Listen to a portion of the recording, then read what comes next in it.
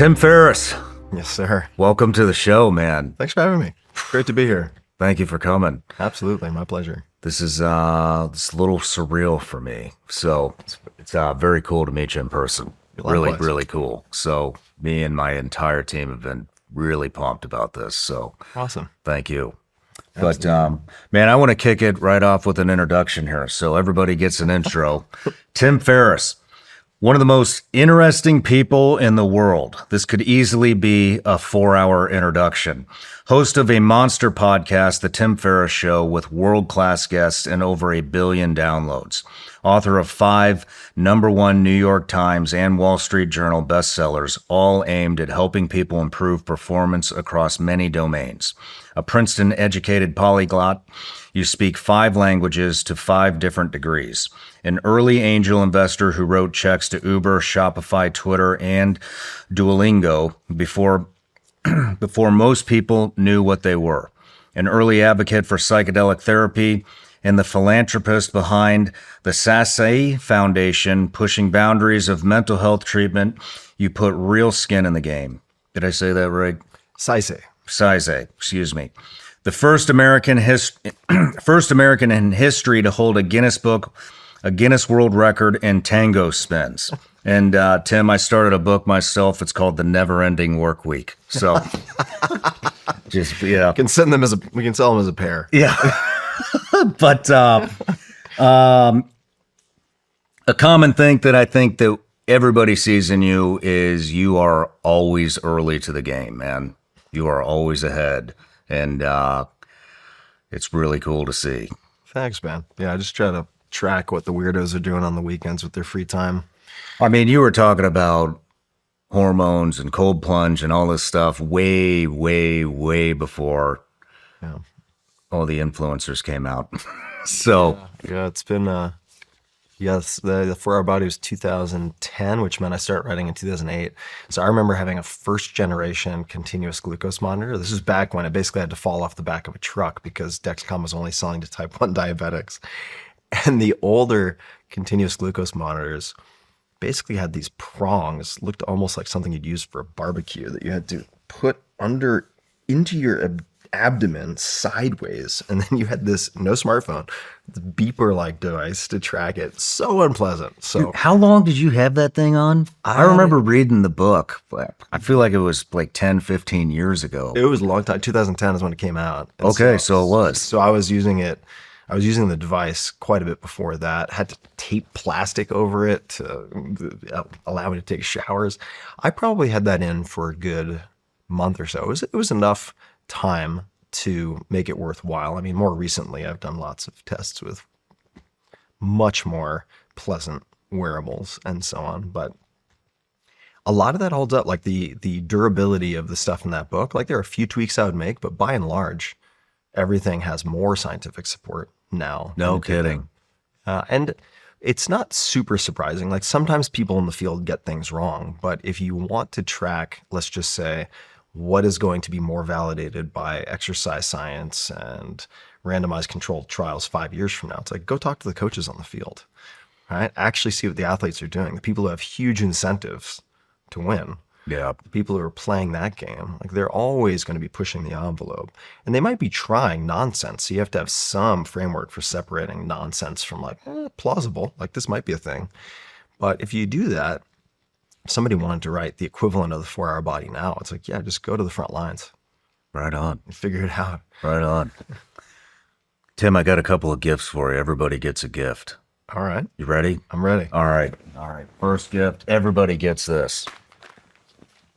I doubt you'll eat them, but it's Vigilance League gummy bears, made in the USA, legal in all 50 states, still to this day. I love gummy bears. Good. Yeah, thank you. And then, This will be next Saturday for me. I know I think you love picking up new hobbies. I do. So I got you a little something. I got some buddies over at Sig Sauer. One of them's named Jason. Okay. He's a huge fan of yours, and so am I. Oh, wow. So we thought you might enjoy this. Yes. Amazing. You know, I was just going to sell my M&P 45, and this is the perfect replacement. Perfect. So I am very excited about this. Hold it up. That's the Sig P211 GTO. It's a 2011 pistol. It's Sig's first attempt at the 2011. I think they did a fantastic job. Beautiful. And that's the new optic. So maybe we can break that thing on the break. Would love to. Cool. Let's do it. Thank you so much. And who is your friend? Jason. Jason. Yeah, Thank you, he's Jason. over at Sig. Gotta learn how to use these professional mics. Thank you, Jason. I appreciate Yeah, that. man. That's beautiful. Thank you. And then before we get too in the weeds with the interview, I have a Patreon account. It's a subscription account, and we've turned it into one hell of a community. So one of the things I do is I offer them the opportunity to ask every single guest a question. So this is from Scott J. Battagoli. In the last 5 years, what new belief, behavior, or habit has most improved your life? And how would you relate it to the struggles of young men just starting out in life? Good question. Behavior, belief. I'm going to throw out a few. I'll give people a grab bag. So I would say I'll start with the first thing that comes to mind, which is on the physical side. And I've really changed how I think about this after doing a lot of experimentation. Intermittent fasting, this is going to seem like a strange place to start. But intermittent fasting, so time-restricted eating, where you're fasting. In my case, I'm fasting until 2 or 3 p.m. every day, more or less. And doing that for, say, even 3 months, did a few things. And N of 1, so your mileage may vary, but there's a lot of good science around intermittent fasting. Mark Mattson is one scientist who comes to mind. And there are certain issues that I've always had with my blood work. Certain issues I've had with, for instance, fasting glucose, insulin, and you can measure these things. If you're just doing blood tests, I would also, I'm not a doctor, don't play one on the internet, but consider asking your doctor about something called an oral glucose tolerance test. And no matter what I did, I could be vegan, I could be carnivore, I could be something in between. There were certain numbers that always looked bad. They would just not change. Seemed to come from buggy code, DNA, genetics. And a few months of intermittent fasting gave me the most immaculate corrections to those markers that I and my doctors have ever seen. I've been tracking this for a very long time. Furthermore, and here's why it ties into more than just the physical, because the mind and the body, or at least let's just call it the brain and the body, are really one interconnected superorganism, right? The mood swings, the dip in energy in the afternoon that often leads people to drink coffee, which then affects their sleep architecture, which then can create lack of sleep, depression, et cetera. I mean, all these things cascade. All of those ups and downs just vanish completely. And I think there's some good reasons for it. And part of the reason people feel sharper on GLP-1 agonists, like the Ozempics and Mounjaros of the world, is they're more ketotic. They're producing more ketones. So the reason you want to fast for at least 16 hours is to deplete your liver of glycogen. And so you get that metabolic switching into using ketones. And that's relevant to mental health because most people will experience a lot more mood stability. All right. So that's the first thing, intermittent fasting. If you want to talk about fasting, we can talk about it because I've done much more extreme versions of that. But intermittent fasting, I think, is pretty easy in the sense that you don't have to change what you eat. You're just changing when you eat. That makes it, I think. I know that everybody does this. Mm-hmm. I've not looked into it. I don't know why, just because I just fucking do it every day. Yeah. Not because I'm trying to intermittent fast, just because I don't have time to eat. Yeah. But, so what are the benefits of it? Yeah. So I'll say a few things. The first is what you're discussing, like intermittent fasting by default, seems to be super common in former like tier 1 military. Like really? A lot of my friends, almost all of my friends who are former SEALs or former Marine Force Recon, they're just like, oh yeah, I forgot to eat and I'm just going to eat at 5 p.m.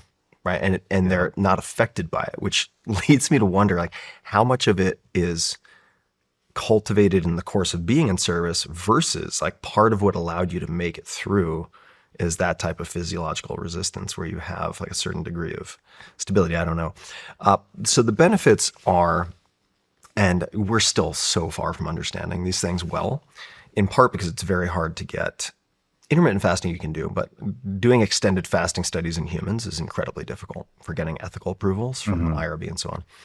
But I'd say the simplest way of describing it is, and we could certainly talk more about this, but if you look at, say, my family and very common neurodegenerative disease, it's not just tangles and plaques and so on that cause problems. It's metabolic dysfunction. So if you have chronically elevated insulin, glucose, etc., it's basically an amplifier for any possible problems, and those compound over time as your body just accumulates garbage. So a very simple way of putting it. But if you are developing the metabolic machinery for that switching I was talking about, your body gets better at things like autophagy, mitophagy, sort of cellular self-cleaning. So your cleanup crew gets better, if that makes sense. It's a very simplistic way to put it, but I think it's a fair way to think about it. And that is part of the reason, if you look at, and I don't want to oversell this, but fasting in a sense is the oldest cure. If you look at animals, if they get sick, what do? At least mammals, most like ungulates like deer and so on, they fast. And if we get sick, we don't want to eat. Your appetite's gone. Yeah, but then we'll often force ourselves to eat, eating by the clock. And I would say that the details do matter, like that depletion of liver glycogen from at least the reading and research I've done seems to matter a lot. So much like a ketogenic diet, if you do it halfway, you're actually not getting a lot of the benefits that the protocol seems to offer. So I would say that's one. I'll switch gears for a second. I'm happy to come back to the intermittent fasting, but I would say in terms of beliefs and behaviors, I would say a focus on, just to really zoom out, focus on investing in, and I have very specific ways that I do this, relationships. And the way that looks is if I do a past year review, as I'm doing right now, looking back on the past year, and I look through my calendar week by week and identify the energy giving and energy draining activities, right? Where were the peak positive and where were the peak negative? But also what types of things in my calendar drained me versus energized me? And then creating a do more of column and a do less of column. It's very easy to do it on a single piece of paper. But the crux piece of that I ignored for a long time was, all right, if you have a parking lot and that parking lot has 5 to 10 slots for your most important relationships, family, closest friends, last year, did you spend as much time as you would like to with those people? If the answer is no, which it usually is, then I'm going to schedule time in advance, book and pay for things for the following year, calendar it before it gets crowded out immediately. And so that could be long weekends, it could be group dinners, it could be, as I'm going to be doing soon, hosting friends.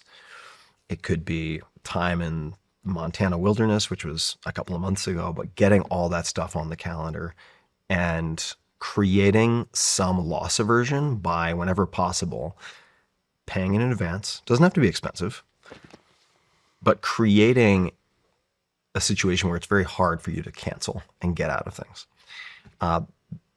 That, I think, is the facet of self-help, in quotation marks, that gets lost. If you focus on the self, the paradox of self-help is if you excessively focus on the self, it is almost inevitable that you're going to be miserable.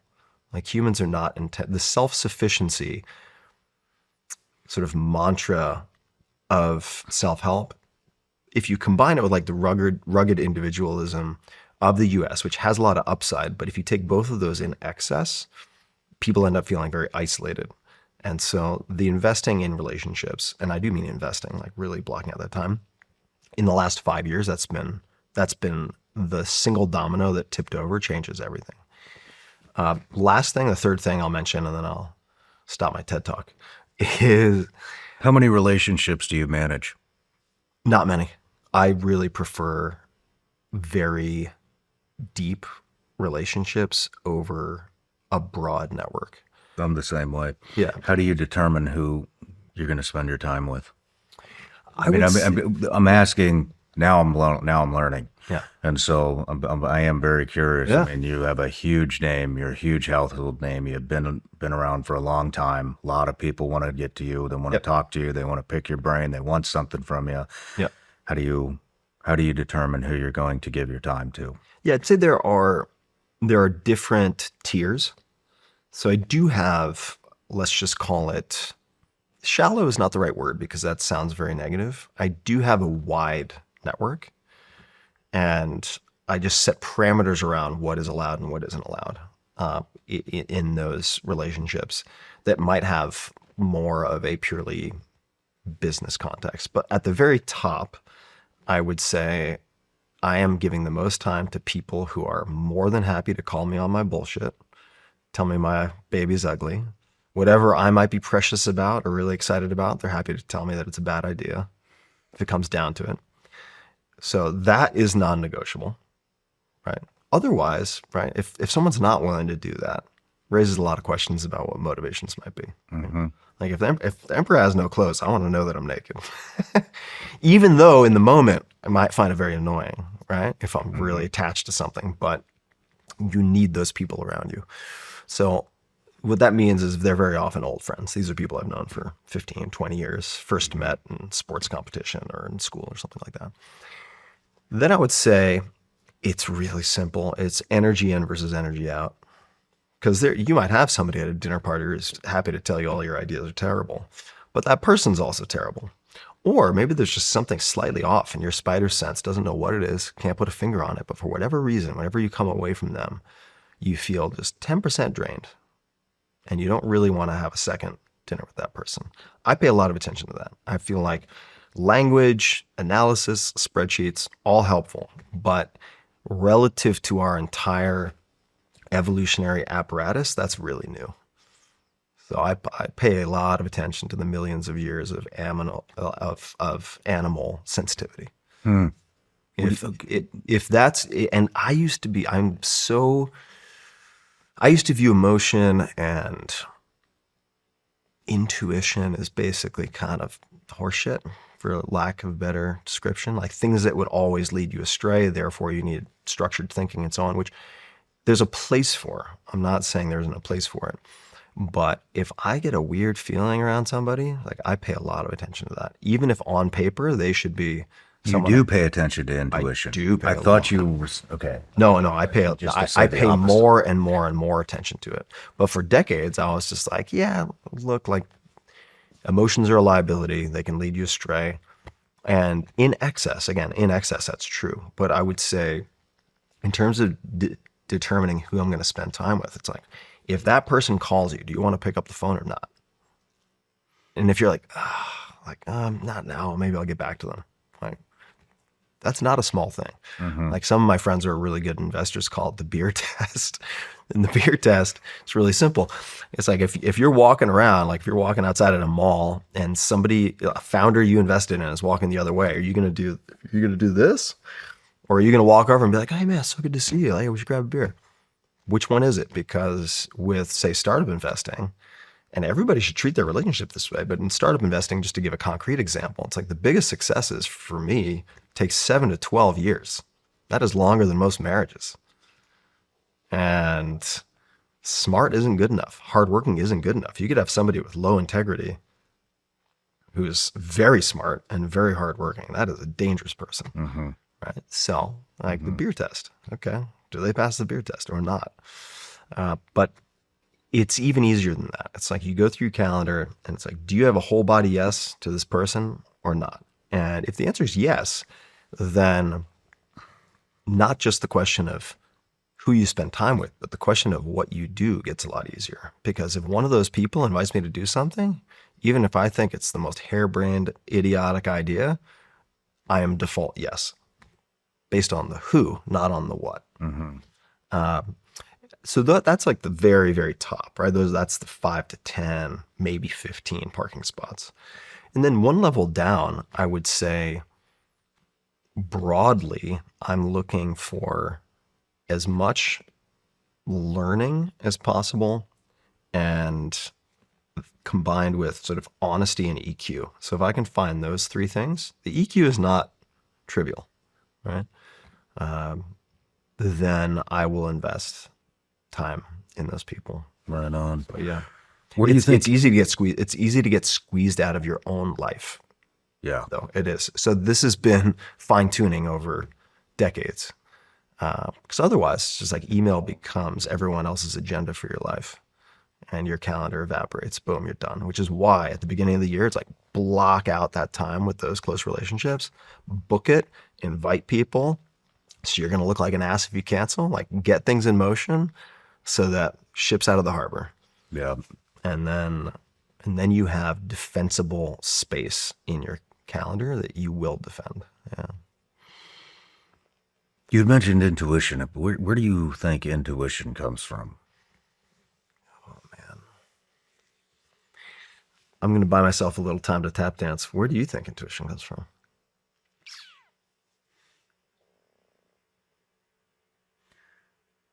I think it's a combination of something you're born with and the ability to self-reflect on situations in your life to gain the experience. Mm-hmm.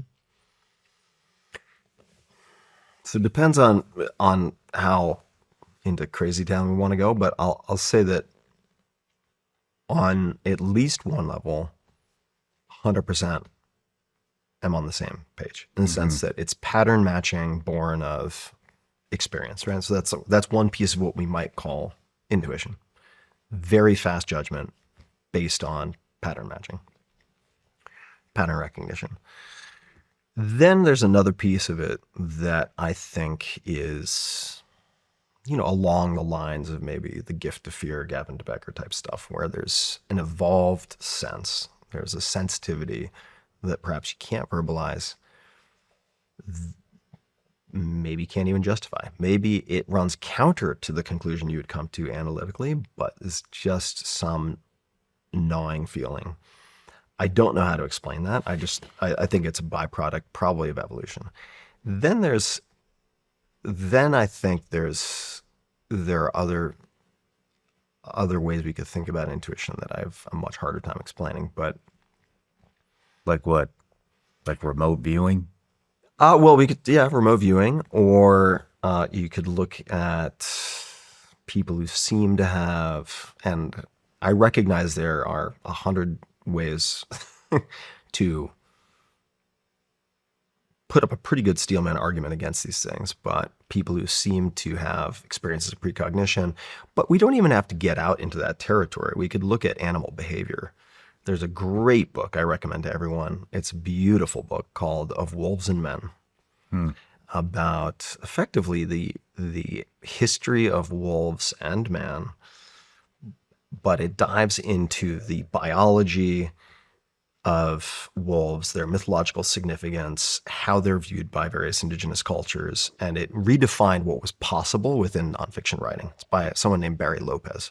Incredible writer. I recommend this book to everyone. It's an older book. It's a few decades old. When that book came out, people in, let's just call it that category of book, were like, oh, okay. There's kind of a before this book and then after, because he's shown what is possible. And in that book, I think it's the Nunavut people, could be mispronouncing that, but he was talking about their observations of wolves and hunting patterns, and how also with modern technology and radio collars and so on, you'll see sort of, let's just call it wolves traveling, and then to intersect a herd of caribou, they'll turn perfectly from like 100 miles away and then intersect, right? And so you could try to explain that through scent, but it starts to fall apart pretty quickly, right? Or you look at, let's just say, kind of spontaneous coordination of starling or fish school behavior. Mm-hmm. And sort of phenomena that are very difficult to explain mechanistically exist. They just do. And So you don't even need to necessarily step into things that some folks are gonna get very hot and bothered about, like remote viewing, which I do actually think is very interesting. But if you just look at animal behavior, what we might call instinct becomes very hard to pin down. So that's a very fancy way of saying I'm not really sure. But whatever the inputs might be, I have paid more and more and more attention to it. I pay attention to it with everything. People, girlfriends, investing, right?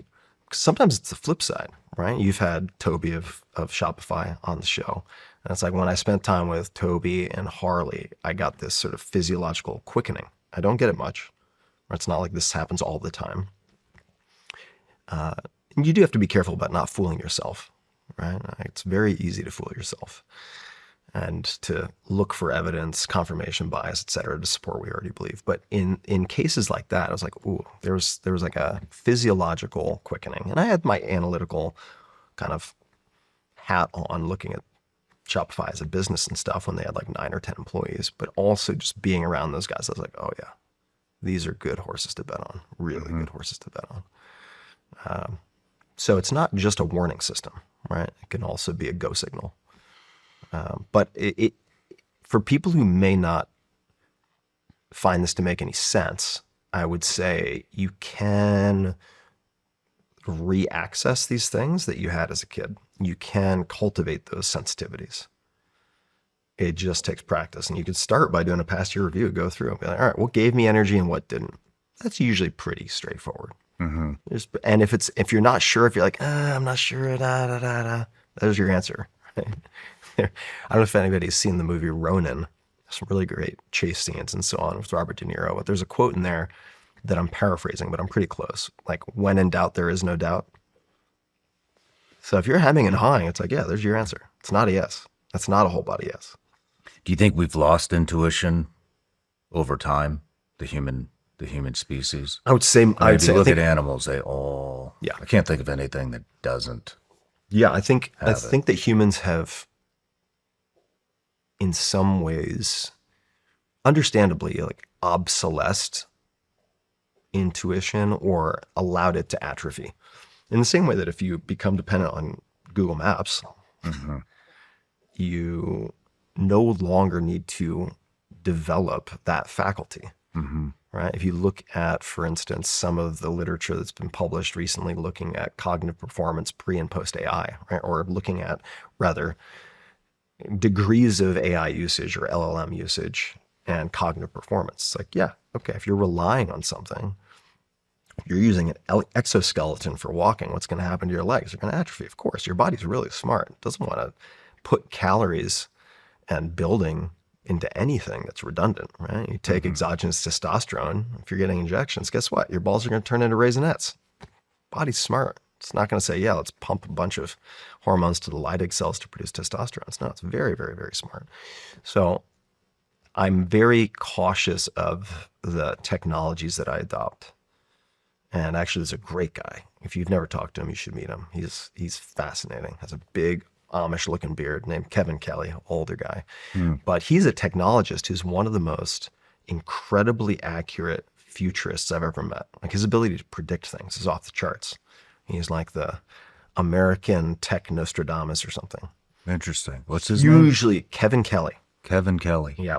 He's in his 70s now. And he is, by the way, probably 10 to 20 times more popular in China than he is in the US, which is a whole separate conversation, but they pay a lot of attention to him. Nonetheless, he has literally spent time with the Amish to study how they accept or reject technology. Really? Yeah. He was a founding editor of Wired magazine. You think that he just would adopt everything and let trial and error sort itself out in his own life. But no, he studies how the Amish evaluate technology, because despite what some people might think, it's not like they don't actually use technology. They're just very, very methodical about how they evaluate it. So that is the way I would think of any of this augmentation, whether it's what people would consider nootropics and smart drugs, or any type of enhancement, which would include Google Maps, AI, etc. Like right now, for instance, I write. AI is LLMs are getting incredibly good at writing. And I saw a piece recently, I think it was in the New Yorker, but it's like a Pulitzer Prize winner or some incredible writer tested an LLM and provided very educated test readers with sample prose, and the vast majority couldn't tell the difference. No kidding. Yeah. Wow. Trained on his or her own writing.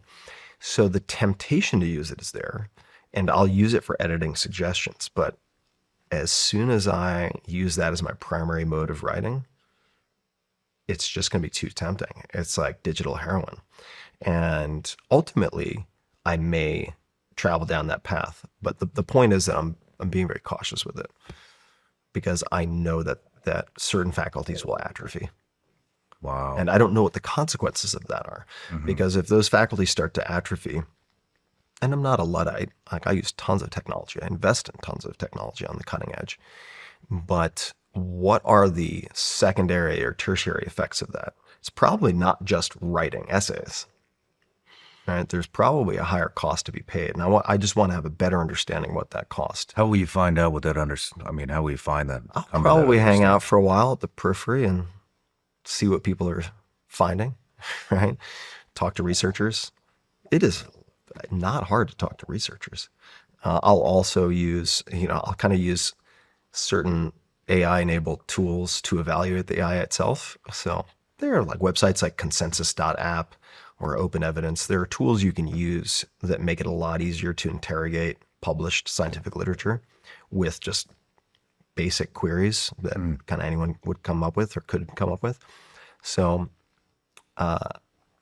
with certain things, I like to be on the cutting edge. With other things, like what we're talking about, I really like to be on the dull edge. I don't want to be one of the first 1,000 monkeys shot into space with I'm going to wait. You want to colonize Mars? Great. Maybe I'll be I'll be 2 billionth in line. I'm right there with you. Go spend a month in Antarctica in the winter first and tell me how you like it. Yeah. I am with you on that. I want to talk about a piece of gear you probably use more than anything else, but never think about it: your wallet. Before Ridge, I was carrying a bulky, beat-up leather wallet that was falling apart and so thick it was actually throwing off how I sat. Switching to Ridge completely changed that. The first thing you notice is how thin it is. It's a slim, modern design that still holds up to 12 cards plus cash, without feeling like a brick in your pocket. It's made from premium materials like aluminum, titanium, and carbon fiber, so it's built to last. Ridge also has over 50 different colors and styles, so you can find one that fits your look. What really sold me was the peace of mind. Every Ridge wallet has RFID blocking technology to protect against digital pickpockets, and they back it with a lifetime warranty. This is genuinely the last wallet you'll ever need to buy, which explains why they have over 100,000 5-star reviews. And if you're someone who's always misplacing things, the AirTag attachment is a game changer. Ridge also makes key cases and suitcases with the same sleek, durable design. For a limited time, our listeners get 10% off at Ridge by using code SRS at checkout. Just head to ridge.com and use code SRS and you're all set. After you purchase, they will ask you where you heard about them. Please support our show and tell them our show sent you. Again, that's 10% off your order when you go to ridge.com and use code SRS. I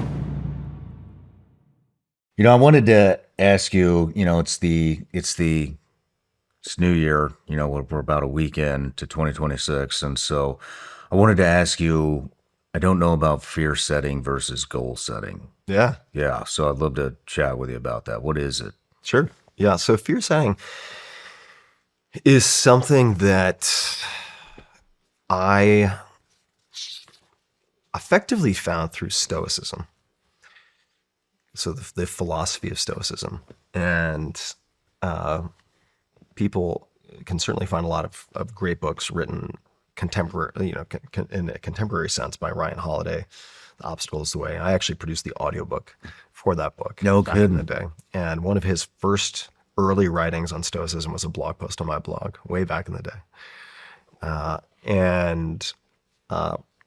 At that point, we resonated on Stoicism because I had been traveling almost always with a copy of Letters from a Stoic, which are the moral letters to Lucilius by Seneca the Younger. Now, Seneca the Younger, controversial character for a bunch of reasons, but very, very, very skilled writer and proponent of Stoicism.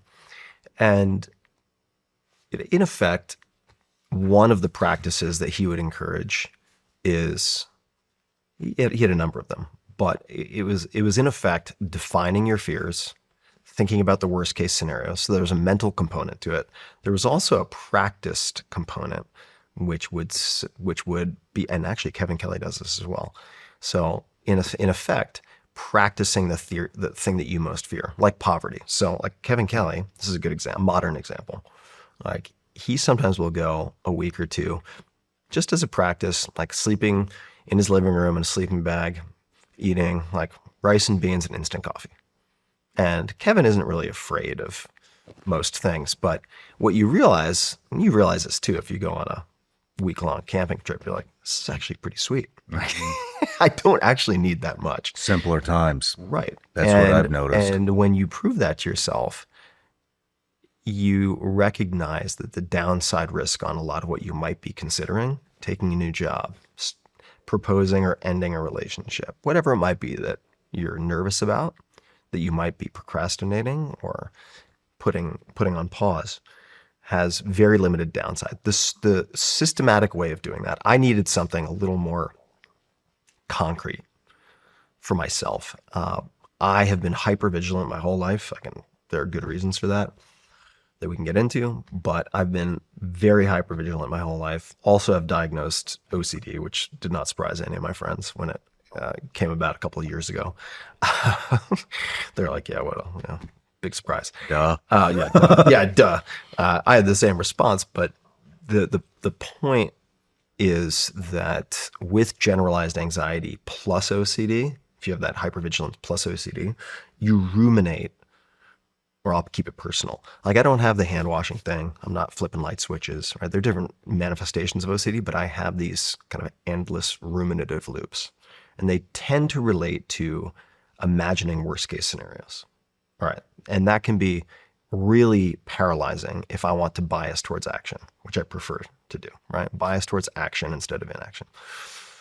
So what do? Well, reading the Stoicism and so on, started to develop this approach, fear setting. I'll explain what it is. So what makes goal setting effective? What makes goal setting effective?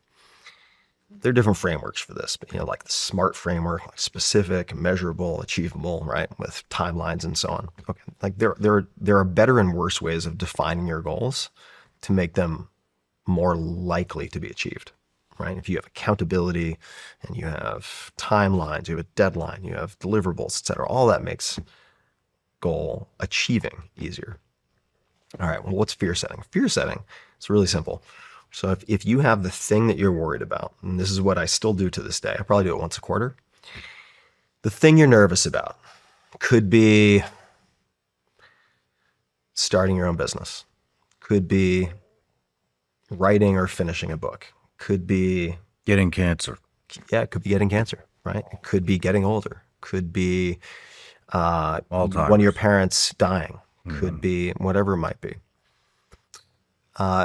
And to be clear, fear setting doesn't automatically solve all of these things, but here's what it does. It defangs a lot of them so you can take action. Let me explain what I mean. So fear setting is super simple. Let's say the example is, in my case, I'll give a real, like one of the very first huge examples was I'd started my own company. I was completely burned out around 2003, 2004. Had been working 7 days a week and I wanted to take 4 weeks off. All right. Running my own business. How do you do that, right? I've created this monster. I'm running it. I have single point of failure, me. And so all of these disasters came to mind, right? So what did I do? I wrote them down.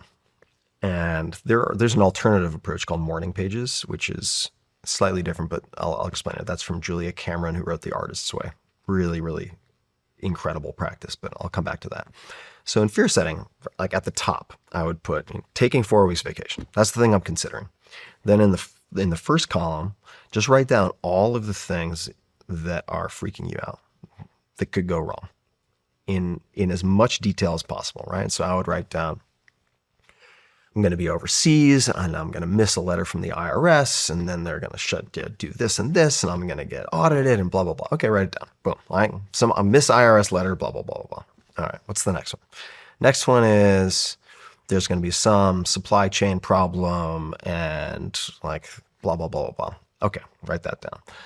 All right. Like the president at the fulfillment company is going to get sick and then boom, like orders aren't going to ship and there's going to be this huge disaster. Okay, write it down. And so you write down all these things, like aim for volume, right? Like 10 to 20 things. All right, that's column 1. Then column 2 is, what could I do to decrease the likelihood of this happening? Like anything I could do to try to prevent this. All right, great. So for the letter, at the time, this is back in the day, keep in mind, early 2000s, but there still were services where you could have mail shipped, they would scan it and they would email you PDFs. It's like, okay, well, let me test out one of those services. I could do that. Okay. What about supply chain?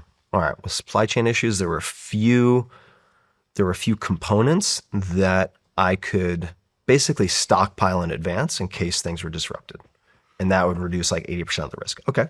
Well, I could do that. All right. And you go down the list and there's probably something you can do to decrease the risk of that happening. All right. So now you have 2 columns. All the worst things that could happen, the things you could do to decrease the likelihood of them happening. All right, next column. Next column is if it happens, if that thing happens, what could you do for damage control? What could you do to possibly get back up on your feet, right? So it's like if you start a company and it fails, what could you get a bartending job? Could you? So you go through every contingency plan. Yeah. So then it's like, what can you do to repair the situation? Just to get back to like life support, right? If needed, what can you do? There's always something you could do. So you write that down. Okay. Then you have to ask yourself 2 follow-up questions. All right. So if I did this thing I'm considering, the 4 weeks of vacation, what are the payoffs and how durable are they? Right? Like what's the upside? I've talked about, I've written down all the downside. What's the upside and what's the durability? Okay. Well, if I went on a 4-week vacation and I figured out how to run my business and automate things, I would come back and all those systems would still exist. Like I would have taken myself out of the machine. I would no longer be the Wizard of Oz having to control everything. Like, well, I mean, that could last years in terms of benefits, right? Okay, boom, boom, boom, we go down the list. What are all the benefits? How durable are they? And then you look at all the downsides and you're like, all right, how temporary or durable are these? What is the real downside risk? And I'll be done with this in just a minute or two, but it's important because people can do this. And I gave a TED talk on this for people who want to really dig in, but what you realize often is that the thing you're considering, if it works, is like a 7 to 10 on a scale of 1 to 10 in life-changing impact with durability, like it lasts for a while. Mm-hmm.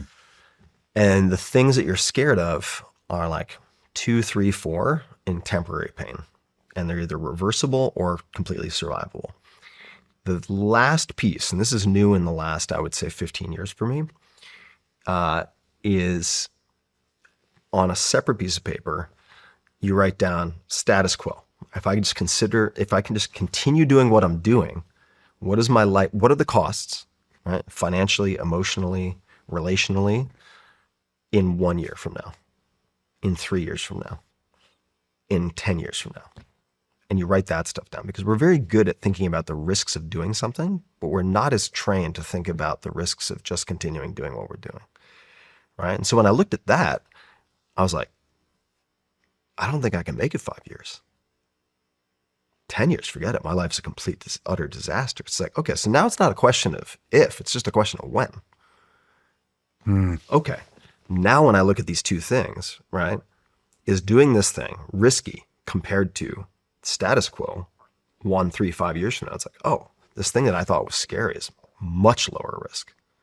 And then you do it. And like, that is what kicked off all of these adventures that led to the first book. And like, here we are. If I had not taken that vacation, I would not be sitting here. That's interesting. Yeah. How do you find the balance though? How do you find the balance? Because I could see,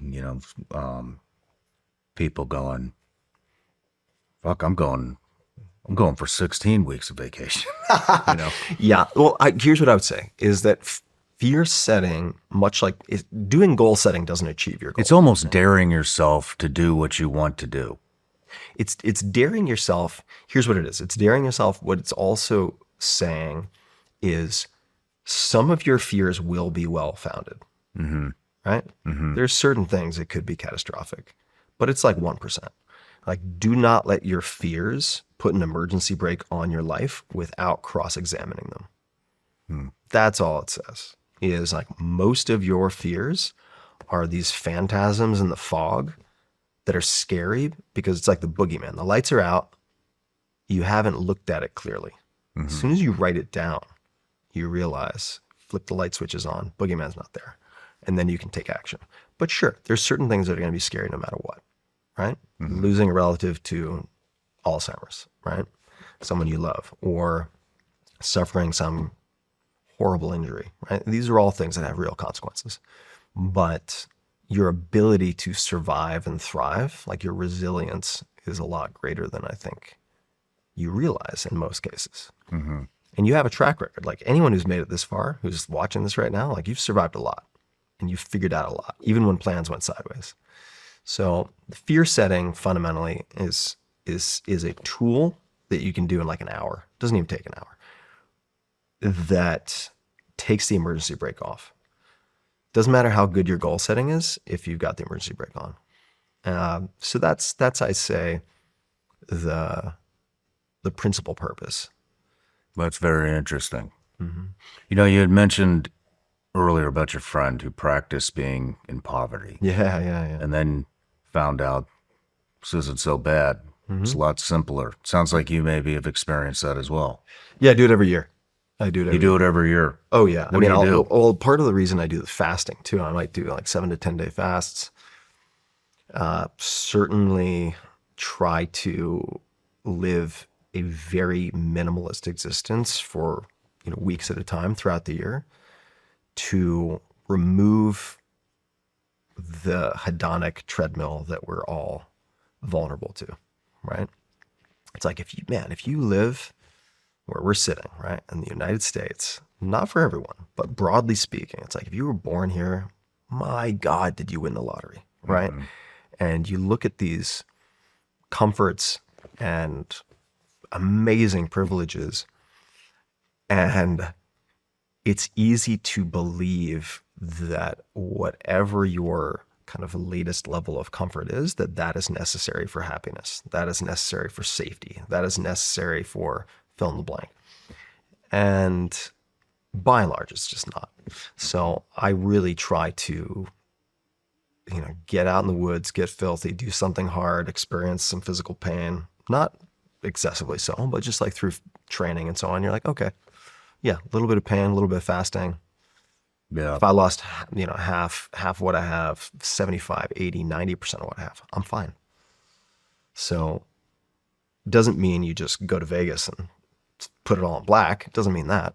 It means that a lot of these things you're considering, if they go totally wrong, and it's actually surprisingly hard to fail completely if you're pretty smart and have some ability to improvise, completely survivable, right? And for a lot of what I do, you don't make it unless you have that, unless you cultivate that view on things. And you can't be stupid and reckless, but it's like in startup investing, it's like 70, 80% of those are going to go to zero, even if you put 7 to 10 years in, right? And so I like startup investing as a metaphor for life, because you don't need to get a lot of things right to have an amazing life, an incredible life. You don't need to get a lot of things right. You just need to get a few high leverage things right. Those 10 relationships, health. All right. Like if you get those 2 things right, guess what? Like I know a lot of billionaires, decabillionaires. You're going to have more than 90% of those guys in terms of durable wealth, what I would consider wealth. Oh yeah. If you just get those 2 things right, it's like, sure, money is important to a point, right? I don't want to minimize that, but don't underestimate what you can do by getting a few things right. You can be wrong a lot of the time. I mean, I've been wrong tons. It's a damn good point. Yeah. I love that. Fear setting. Yeah. I am, I'm not just the president, I'm a client, hair club for men. Like, You got a great haircut, I must say. Yeah, I use it. We go to the same stylist I said earlier. I still use this. And because I promised it, I want to close one loop. Morning pages, Julia Cameron. This is even simpler. People can try this. Maybe this is the appetizer before fear setting. Every morning, that monkey mind with all the worries and things ricocheting around that might be producing anxiety or whatever it might be, just vomit that onto a page, longhand, write for 2 to 3 pages. That's it. You don't have to do anything. You don't have to remember it. You don't have to go back to it. You don't have to solve anything. Just trap that monkey mind on paper so you can get on with your day. Do that for 2, 3 pages a day. Arguably one of the most productive writers, creators in Hollywood, even though he lives in New York, but Brian Koppelman co-created Billions, was behind Rounders along with his writing partner. I mean, the guy's super prolific, and he does transcendental meditation and morning pages every day. We could talk about meditation separately, but I recommend it. I won't mention him, but like the right hand of a pretty well-known politician who basically is like the COO of everything that politician does, which is incredible, right? In terms of just like track record, endurance, output. And he did morning pages based on my recommendation, which I got from Brian, for 6 months. And he wrote me back and he said, this is the closest thing to a magical effect that I've ever found. Wow. Yeah. No shit. So simple. So simple. And what does that have in common with fear setting? It's taking these kind of nebulous problems inside your head and putting it on paper. That's it. It's very simple. But consistently, right? It's not going to the gym once and then you're like, I guess I'm fit now. It's like, no, this is kind of like flossing your teeth. You don't necessarily have to do it every day. Although if you do morning pages for a week or two, it's shocking what effect it can have on your well-being and productivity.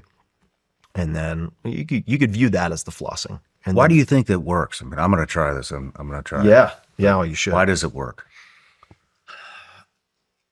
What would be the difference whether I if think you're it just works. bitching about I think it the rather way than it writing? works, this is my perspective on it, is that, and this is part of the reason why writing is so helpful also in general, is that it's incredibly difficult to cross-examine your own thoughts while you're thinking them.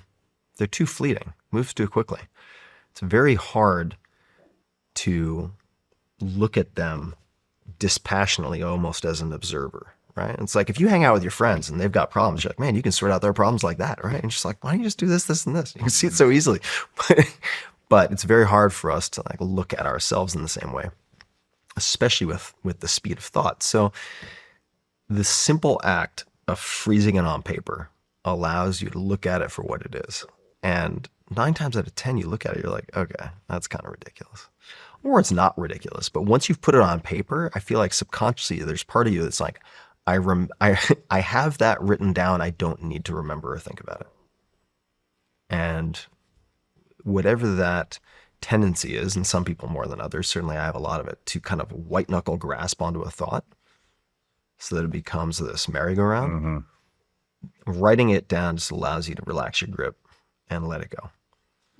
And if you can do that for a few hours, I mean, in today's world, if you can single task and focus on one thing for a few hours without notifications, without getting distracted, without looping on some future anxiety or past depression, whatever it might be, if you can do that for a few hours, my God, like in the next few years, especially post AI, like you're going to have such an enormous competitive advantage. Huge, huge, like attentional advantage. Yeah.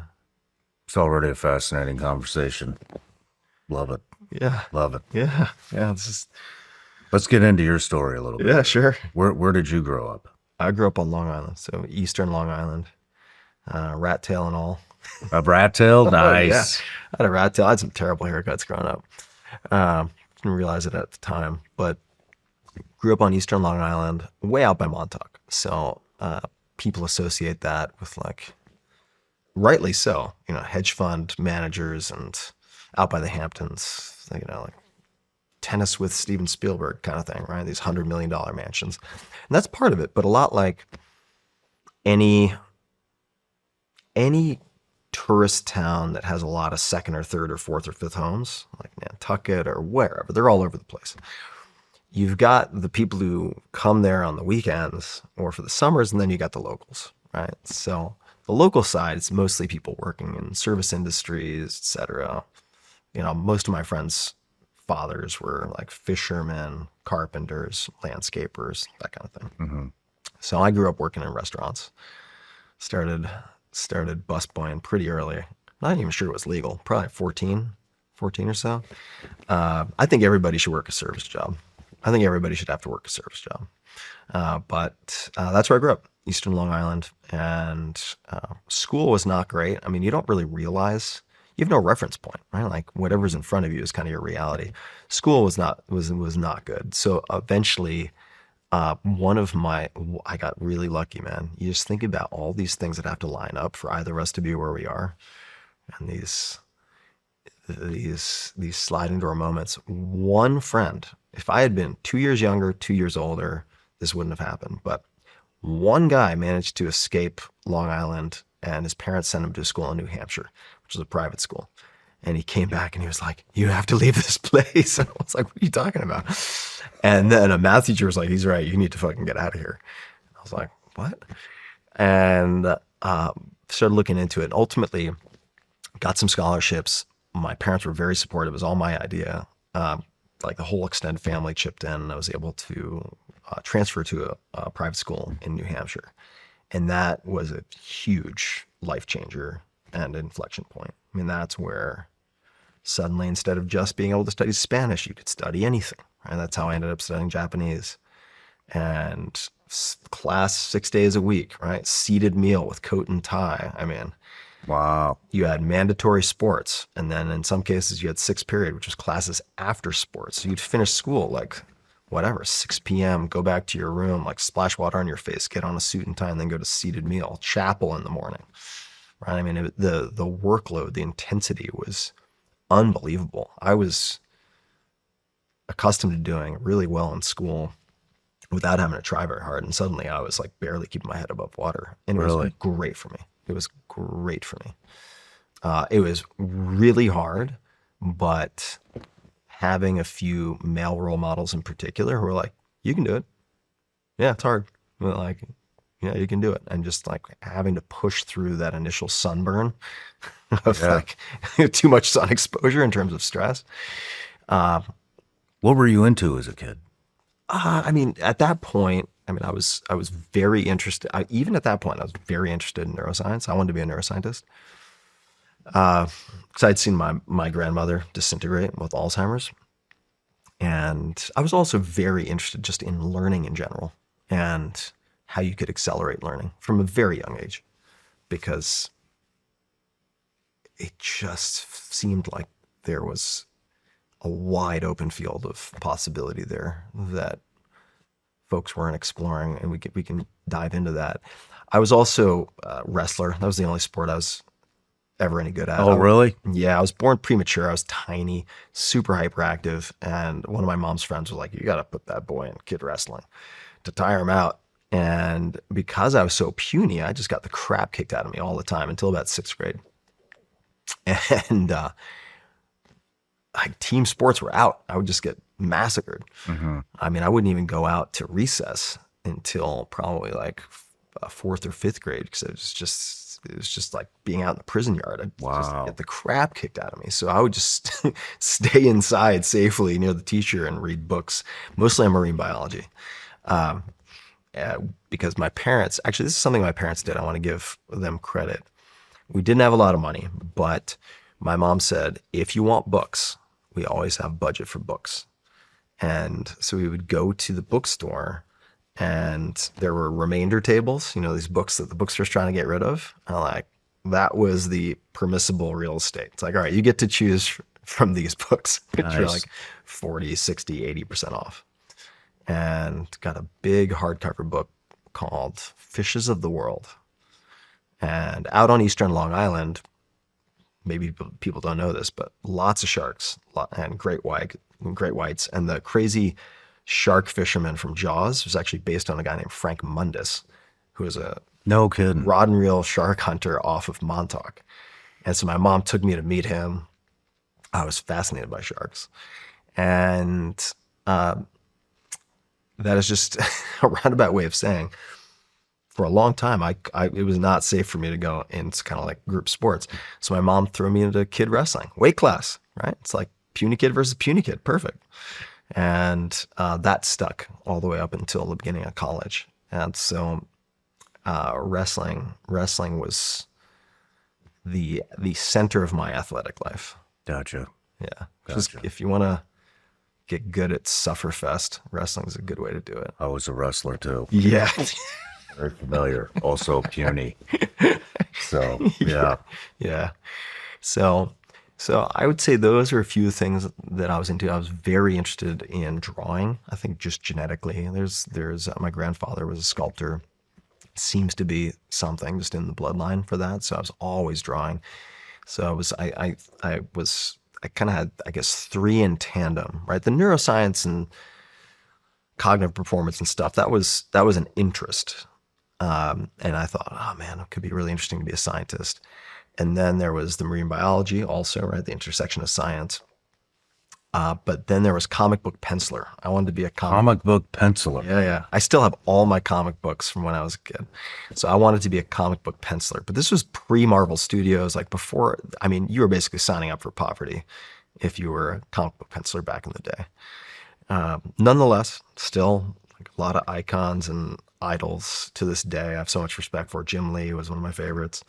So I still draw. Like I still get into it. But for a long time, I wanted to take that path. Right on. Yeah. So those are some of the early stages. I mean, I think it was in childhood, bipolar disorder, Yeah. OCD, depression. How did you overcome those things? How did they pop up on your radar? Yeah, it was sort of the water that I swam in, right? In the sense that I didn't know life was any different for most people. So a lot of bipolar, major depressive disorder, a lot of addiction in my family. So you've got, alcohol-induced cardiomyopathy in one uncle. So he drank himself to death, got early onset dementia. My aunt died of alcohol plus Percocet. Sheesh. Pretty messy. So a lot of addiction, and which I think is really, and Gabor Mate, I think has the right framing on this. It's before we ask why the addiction, we should ask why the pain, right? And so I think a lot of that is undiagnosed psychiatric disorders, right? And so that was always part of my experience, right? This anxiety, this kind of OCD like dysregulation and rumination, worrying, hypervigilance. I was also very badly abused as a kid, not by my parents, but we can get into that if you want. But that turned everything up. How were you abused? I was sexually abused by a babysitter's son, like weekly for a couple of years. By a babysitter's son? Yeah. How So, old? 2 to old were 4. you? 2 to 4. 2 to 4 years old. Yeah. So Do you remember it? yeah, sadly. Yeah, maybe better if I didn't. But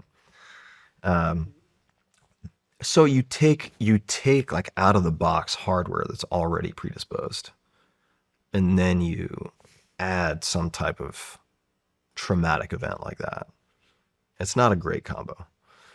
And I would say that I was driven, right? I wanted to get out of Long Island, et cetera, et cetera. Money issues were always kind of a problem in the household. Like that was always a conversation. So I was like, all right, I need to make money. So there was like, get out of Long Island, be good at school. That's your ticket, right? That was kind of the narrative in the household, which I think was actually a helpful narrative. It's like, you got to, if you're good at school, you can write your tickets. It's like, all right. So I took all the rage. I was a very angry kid, very angry human, I would say, up until probably 2013, 15. Wow, after the book, after your first book. Oh, yeah, for sure. I didn't start to deal with any of the trauma until probably 2015 in any meaningful way. But the anger and the rage, even though it's not a clean fuel, I don't think it's a clean fuel. Like, you do a lot of damage to the vessel, but it's a fuel, right? Like, it's a propellant that I used. So I was just fucking intense, super intense, and took that experience and everything, compartmentalized it. And I was just like, okay, like, no rear view mirror, forward, that's it. And I think that can work for a while. You know, it can work for decades in some cases. Ultimately, I think if you want a semblance of peace and well-being, you kind of have to pay the piper and deal with it. And I have been surprised. I mean, look, how many of the friends I have who are veterans who operate at a very high level came out, ended up, for any host of reasons, doing, say, ibogaine or other psychedelic assisted therapy, who in the process of doing that realized that it wasn't principally, say, PTSD, often some component of TBI, but there was some type of trauma they didn't deal with. Super common. I would say 80% of the guys I know. And so it's really, like, the numbers are staggering. And the people who kind of survive, as opposed to like self-destructing, at least in the beginning, I think get really good at compartmentalizing, right? But compartmentalizing, while it can help you with performance for relationships, for friends, for family, it doesn't work very well. You end up being emotionally cauterized. And, you know, the armor that you develop to keep things out keeps a lot of things in, and it keeps a lot of people out. So to answer your question, though, things that ended up really having a positive impact would include psychedelic assisted therapies. So we can talk about that, because they're not a panacea. They're not for everyone. And there are real risks depending on the compound that is in question. Brain stimulation, like accelerated TMS. I literally just did another round of accelerated TMS 2 days ago. So we could talk about that. Very fresh.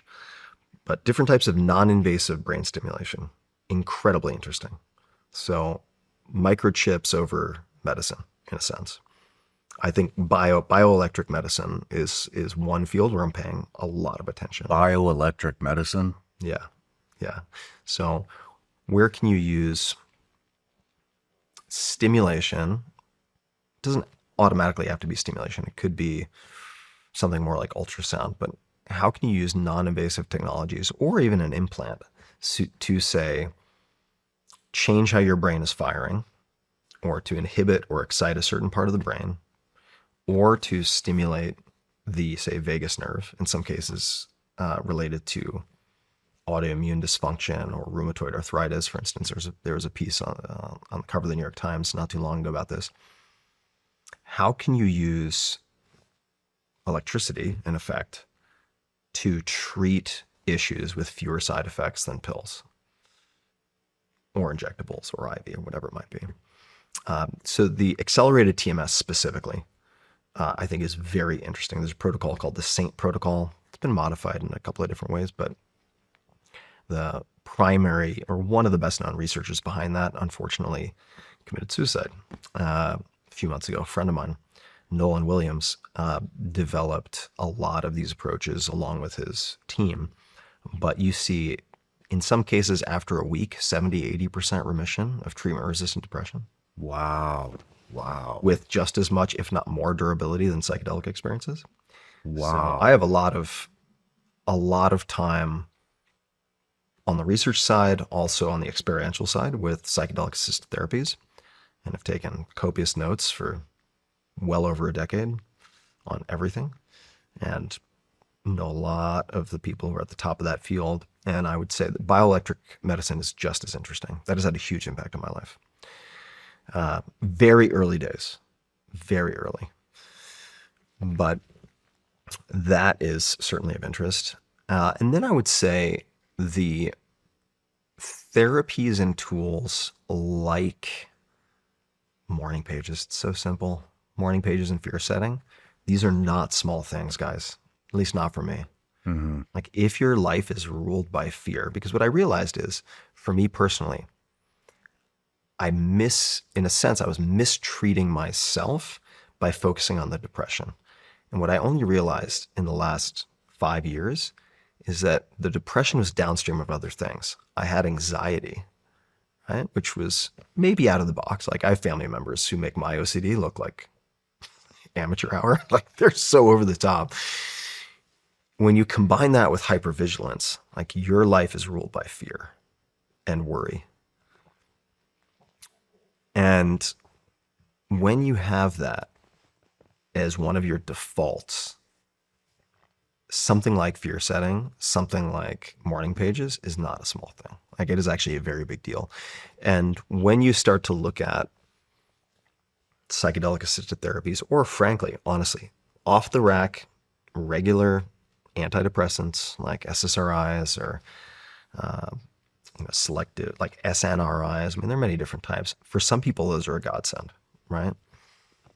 But when you start to combine some of these things with medical supervision, with therapies, right? Whether that's CBT, there's one called DBT, which I think is very interesting. Peter Attia, MD, is a big proponent of DBT. It's the combination of things plus investing in relationships, right? I think Tony Robbins said once, I heard at one of his events, I've only been to 2 of his events. They're a bit too much stimulation for someone who's pretty introverted. It's a lot of stimulation. But he was on stage and he said, yeah, I, me gets to be a really fucking boring song after a while. And I was like, that's the way to put it. And I think the best way to help the self is to escape the self sometimes. Not by doing coke, not by getting plastered every night, but by doing what we're evolved to do, which is spend time with other people, right? Doing things, not just like sitting there in a circle like AA talking about all your worries and pains, even though AA is actually a spectacular organization and format. It's incredibly impressive, but you don't necessarily have to do that. You can just be a bunch of dudes sitting around a fire, not making eye contact, making fart jokes and talking about hunting. Like that's fine. That's actually incredibly therapeutic. It's like people process things in different ways. It doesn't have to be like, not everyone has to do it the same way. Yeah. Sleep affects everything. Your focus, your recovery, and how you show up day to day. That's why I've been paying a lot more attention to my nighttime routine lately and started using Beam's Dream Nighttime Cocoa. Beam is an American company that makes clean, science-backed products designed to help people perform at their best. Dream is their sleep formula, and it's loaded with ingredients your body actually needs to recover. Reishi, magnesium, apigenin, L-theanine, and melatonin, but dosed intelligently. What really surprised me was how enjoyable it is to use every night. Best of all, it tastes incredible. My favorite flavor is cocoa, but they've got plenty of options. I mix it up in my favorite mug and drink it about 30 minutes before bed for optimal results. Like I said, it tastes great, it's smooth, and it actually feels like part of my nightly routine now. If you've been struggling with sleep, this is an easy place to start, and right now, there's a great offer. For a limited time, I've got my listeners an exclusive discount of up to 50%. Go to shopbeam.com/SRS, use my code SRS to get 50% off. This is the best discount Beam gives out. Black Friday sales are done, but my listeners are still getting 50% off. So remember to go to shopbeam.com/SRS, use code SRS, With my code SRS, you can grab some Dream for just $32.50. That's about $1 a night for the best sleep of your life. Try it today. Want to stay up to date on all things SRS? You bet your ass you do. Our newsletter brings you the latest SRS news and critical updates. Get instant alerts on the newest episodes. Never miss a beat. Exclusive intel briefs from counterterrorism expert Sarah Adams. You've seen her many times on the show. She's going to give unfiltered insights on global terrorist activity. For Patreon exclusives, you're going to get epic range days with me and damn near every guest that's come in the studio. You're also going to get behind-the-scenes content and guest updates. You're going to get first dibs on new merch drops and limited edition items that will never be sold again. Plus, exclusive offers from our partners you won't find anywhere else. So subscribe to the Vigilance Elite newsletter right now.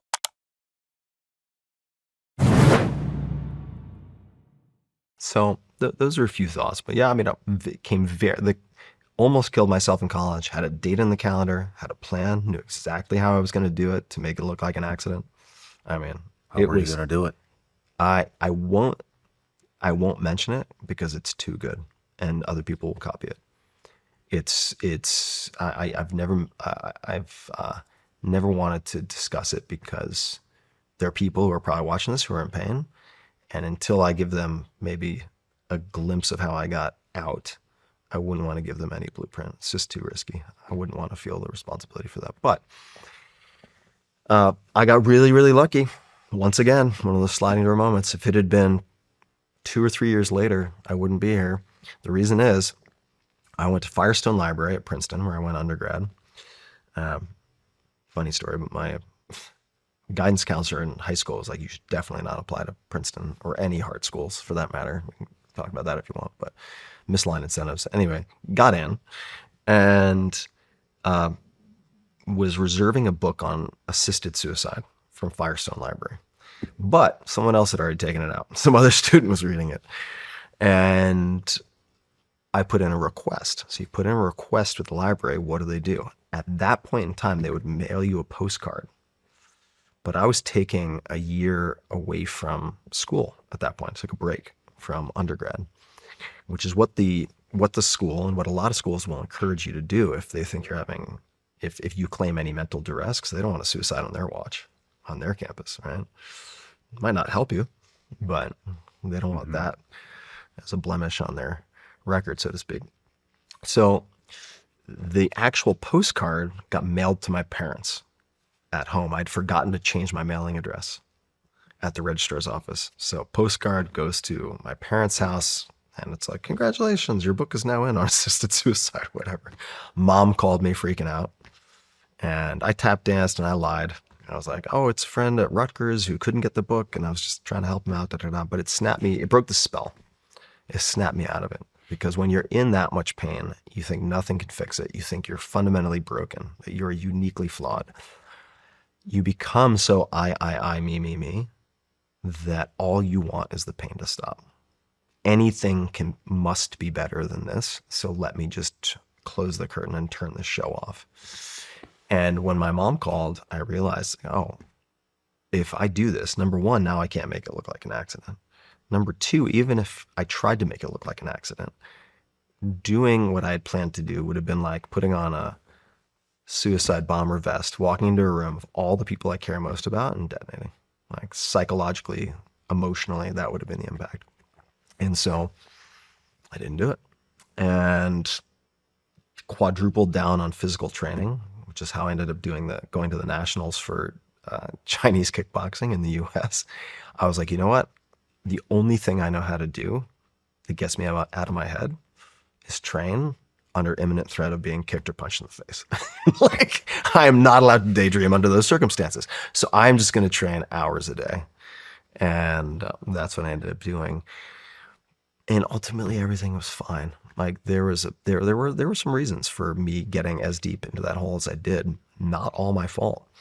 And much later, this is probably only 10 years ago, I wrote a post called Some Practical Thoughts on Suicide. And like, if anyone's feeling really dark, like go read that post. Like it has saved hundreds of lives, and it doesn't sugarcoat anything. The reason I wrote that is I was at an event in San Francisco at the time, being interviewed on stage. I got off, and a couple of people came over, and there's a small circle around me. They wanted a book signed and things like that. And this really nice guy, dressed up in a suit and everything for the event, gave me this book, and he's like, "Oh yeah, I just wanted you to sign this for my brother." And I was like, "Sure, no problem. What would you like me to say to your brother?" And he just kind of froze, and it was like a weird interaction. I couldn't quite figure it out, but I was like, you know what? I tell you what, let's chat afterwards. You can think about it for a bit. I'll sign it afterwards. And then I went on and interacted with everybody else. And then as I was walking back to the elevator to leave, he joined me, and he was like, "Yeah, I'm really sorry I froze, but my brother killed himself. And my mom has kept his room exactly as it was. And he was such a huge fan of yours. And I just wasn't sure what to put in the book." And ended up signing the book. I gave it to him, and he's like, "Have you ever thought about talking about anything related to mental health?" He's like, "Because my brother listened to you." And I was like, fuck. Okay. And it took me months. I was not committed to publishing it, but I spent months working on this piece, some practical thoughts on suicide. And then, my parents didn't really know, right? Because I'd lied. Mm-hmm. Family didn't know. Best friends didn't know. And, Damn, man. And I certainly it's like the two things that I would say I'm proudest of in terms of publishing. Probably, if I had to pick two, it'd be the blog post on suicide, right? Some practical thoughts on suicide, and then the podcast during COVID on the childhood abuse, which also, like, parents didn't know about, nobody knew about. Your parents didn't know about that? Nobody knew. Because I didn't want them to blame themselves. I had intended to write a book after they passed away, so they wouldn't blame themselves. And then during COVID, right? This is early COVID. People don't know what's coming. It's scary, right? And I remember I had flown to Costa Rica to have some optionality in terms of travel. I was like, all right, let me figure out what's going on here. A friend of mine who works with a lot of hedge fund managers had given me a very early heads up on COVID. And I was like, oh, this is bad. This could be really bad. Let's try to preserve as much optionality as possible. We're leaving now. So I ended up in Costa Rica, and we're sitting there having a meal. And somehow this came up because she knew about it. There were two girlfriends, long-term girlfriends. Because as I was mentioning earlier, when you're cauterized and compartmentalized, there are a lot of relationship costs. So it works up to a point, and then you hit a wall, and suddenly it doesn't work. And so with these girlfriends who are 3, 4, 5, 6 years, right? There was a point where I shared with these two women specifically, I guess it was 3 long-term girlfriends, about the abuse. And this one girlfriend, I was talking about writing the book, and she's like, we're sitting in the middle of COVID. She's like, have you ever thought about how many people are going to die of natural or unnatural causes before you ever write that book? It's going to be 10 years, 15 years. She was like, why don't you do a podcast? And I was like, because I don't want to talk to my parents. I don't want to talk to my friends. It's too vulnerable. But ultimately, I had a friend, Debbie Millman, amazing human being, incredible graphic artist, teacher. Design Matters is her podcast. It's been running even longer than mine. And when she came on my show, I had noticed in all my research, she never really talked about her family. And so I asked her before we started recording, I was like, would you be open to talking about your family at all? I've noticed a huge glaring omission. And she was like, maybe. She's like, you can try it. And then if I'm open to it, we'll talk about it. But if not, then not. And we were friends. And we got into it, and she opened up for the first time really publicly about horrifying sexual abuse, throughout her entire childhood. And it's crazy how many kids go through this. Yeah, it's awful. And I mean, the numbers are staggering. It's really high. Oh, I know. And 50% of the people that have been on here have talked about it. Yeah. And then there's another percentage that won't that will talk about it, but not on camera. Yeah. So it's pervasive. And so I asked Debbie if she would be open to having a conversation with me about how we've both tried to overcome or address this. Because she and I took very, very, very different paths and used very different tools. And so we recorded the conversation, and I told her in advance, I was like, look, Debbie, I don't know if I'm going to ever publish this. She was like, that's totally fine. And we recorded it. Eventually I was just like, all right, here goes nothing. And published that, stayed off of all social media. Told my team, I was like, I don't want to see any feedback unless it's from people I care about and it's positive feedback. I was like, it's too raw. Like, I don't want to, internet's a nasty place, right?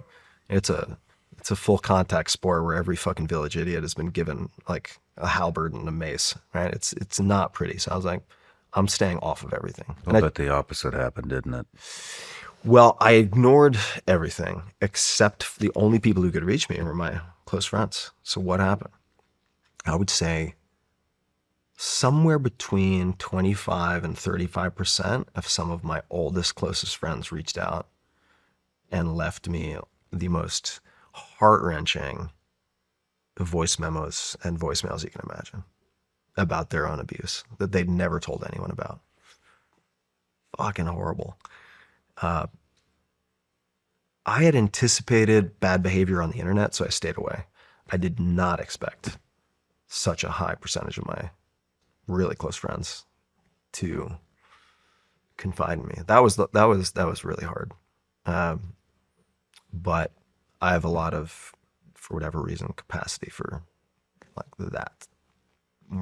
With friends, with people I care about, I have a lot of capacity for handling that. So, fuck, man. How did it feel?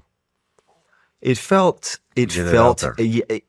and I had to decide in advance what feeling would make it worth it, right? Because no outcome's guaranteed. You have no idea what's going to happen when this thing gets released into the wild. So it was an unburdening for myself, right? Wasn't expecting apologies from anybody. I wasn't expecting a make good. I wasn't expecting any Harry Potter magic spell to do Control Z undo on these experiences. I was exhausted by carrying the weight of that secret around. Mm-hmm. And furthermore, I had this very skilled therapist tell me at one point, and maybe she just didn't realize that this would stick. I guess we very seldom realize these little things we might say that actually can make a big difference to people. She said, take the pain and make it part of your medicine. And by taking my own experience and turning it into something hopefully that would help people, it gave it some redemption. It gave it some meaning. Am I glad it happened? No, right? When people say it's like, well, it made me who I am. Fuck that. Like if I could remove that, I would remove it for sure. The amount of damage that's done is unbelievable. And it certainly contributed to the near suicide in retrospect, right? I thought I had 17 different problems, but when you look back, hindsight 2020, it's like, oh yeah, all that stuff makes sense. It was like hardware, like genetics plus trauma. Like, is that? Did you learn that through psychedelics? That's part, I would say it's one of the tools that made it very clear, where I was able to see how these seemingly disconnected pieces of puzzle fit together perfectly. And psychedelics are fascinating for a lot of reasons. I've stepped outside of the public discussion of psychedelics largely in the last few years because I've just been disgusted by all the infighting and humans being humans. Like, humans just cannot resist soiling the nest, peeing in the pool, choose your metaphor. It's like all of the infighting and nonsense and politics and power grabbing that you see in any group of humans, you also see within the psychedelic ecosystem, right? So anyone who thinks you just need to put LSD in the water supply and we're gonna have world peace, I'm like, you should go to a psychedelic go to a psychedelic conference and see all the assholery and fuckery afoot. And trust me, I can assure you that will not work. And at the same time, I mean, some of the most beautiful, wonderful, inexplicable, and also painful experiences I've ever had have involved psychedelics. And you do need to be very, very careful with them. I really feel like, as one of my good friends who passed away due to cancer, but Roland Griffiths of Johns Hopkins, he said, in effect, like, you're using psychological nuclear power. It's like, it doesn't just bend one way, right? Like it's inducing a level of plasticity and suggestibility and malleability, but how you shape that Play-Doh once it's heated up matters a lot. So you can't just dose and run. It's like the experience does matter. Experience itself does matter, but the way I encourage people to think about it is, number one, like, treat it as if you were going in to have brain surgery. You're not going to find a shaman on Facebook for your brain surgery. So if your friend's like, bro, yeah, I got an awesome shaman who's coming in and, like, come sit this weekend, and it's like 3 days till the weekend, like, you would never do that if you were having your skull opened up. Don't do it, in my opinion, without a lot of prep and consideration. So you have a very healthy respect. I have a very healthy respect because, and this isn't scaremongering, it's just a fact of the matter, there's a lot of survivorship bias, in the sense that you tend to, especially up until a few years ago, you hear about all the amazing transformations. The people who get their psyche shattered and who have some type of persistent perceptual disorder, they're not necessarily showcasing that. They're not sharing it. They might be ashamed. They might get criticized by friends who are proselytizers for psychedelics, who take their difficult experience as a risk to the quote unquote movement, right? There are a lot of forces at work and dynamics at play. They make it challenging for people who have hard experiences to get the help they need. But as someone who, I had a podcast in 2015 about Ibogaine, and Ibogaine in Mexico specifically. And I've been around these things, certainly not as long as many. Like, there are facilitators who have tens of thousands of sessions under their belts over 40, 50 years. I mean, these people know infinitely more than I do. And certainly indigenous practitioners are coming through practices handed down from generation to generation for hundreds of thousands of years. We haven't not beginning to scratch the surface there. But I've had enough time, I would say, as someone who's taken it very seriously and effectively had researching and experiencing and experimenting around psychedelics as my unpaid full-time job for 10 years, to say that once I had a platform, the number of emails that come over the transom from people who have been destabilized is not trivial, right? No shit. No, it's not trivial. And you can mitigate some of the risks. There are better, or I should say safer, and less safe ways of approaching different psychedelics. And it depends on the compound, right? Like, a psychedelic is not a psychedelic is not a psychedelic. Like, these are as different as completely separate classes of drugs in some cases, in my opinion. And even at different doses, they behave very differently. So it's like 10 micrograms of LSD is very different than 200 micrograms of LSD, as an example. But I would just say that take it seriously, right? And if you're going to consider these tools, the way I put it with folks, because a lot of friends come to me to discuss this, is I say, you should look at this as like you're having the neurosurgery example is a good one, but let's use perhaps a better comparison in some respects, which is you're about to have both knees or both hips replaced. Okay. So you're going to do a lot of homework on who's going to do that surgery, and you're going to understand all the risks involved.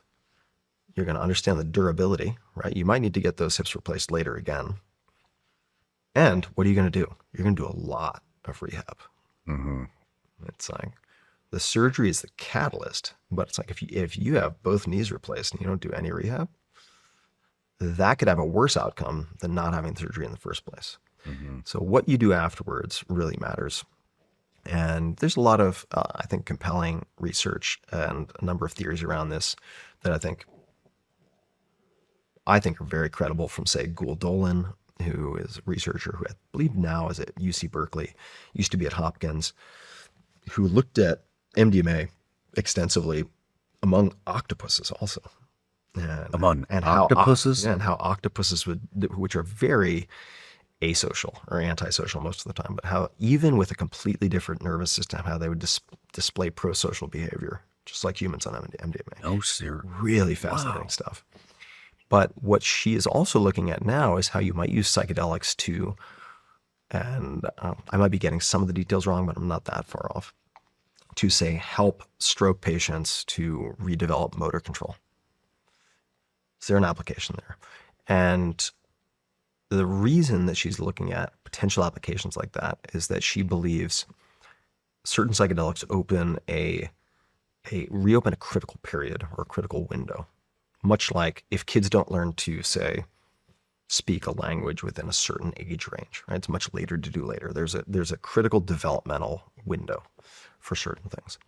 Can you reopen those windows using psychedelics? And it seems like the answer is yes. In which case, all of the advice that the old timers have been giving about integrations for people who might be familiar with ayahuasca in a traditional context, the diets afterwards, abstaining from certain things for a few weeks. What does that sound a lot like? It sounds a lot like what science is only beginning to scratch the surface of, which is the reopening of these critical periods or critical windows, within which you can start to rewrite behaviors, like before the concrete sets. So I'm very, I would say,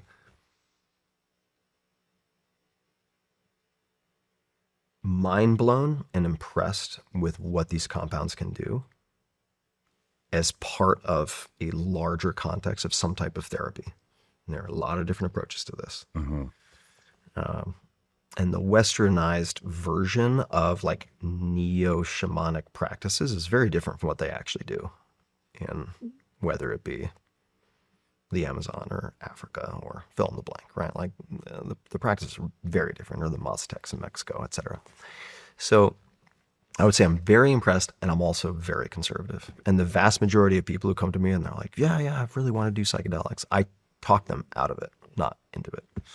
Really? Yeah, the vast majority. I talk out of it. Which is not to say I think the risks outweigh the benefits, but there are certain people. If you have a family history of schizophrenia or borderline personality disorder, I do not recommend using these things.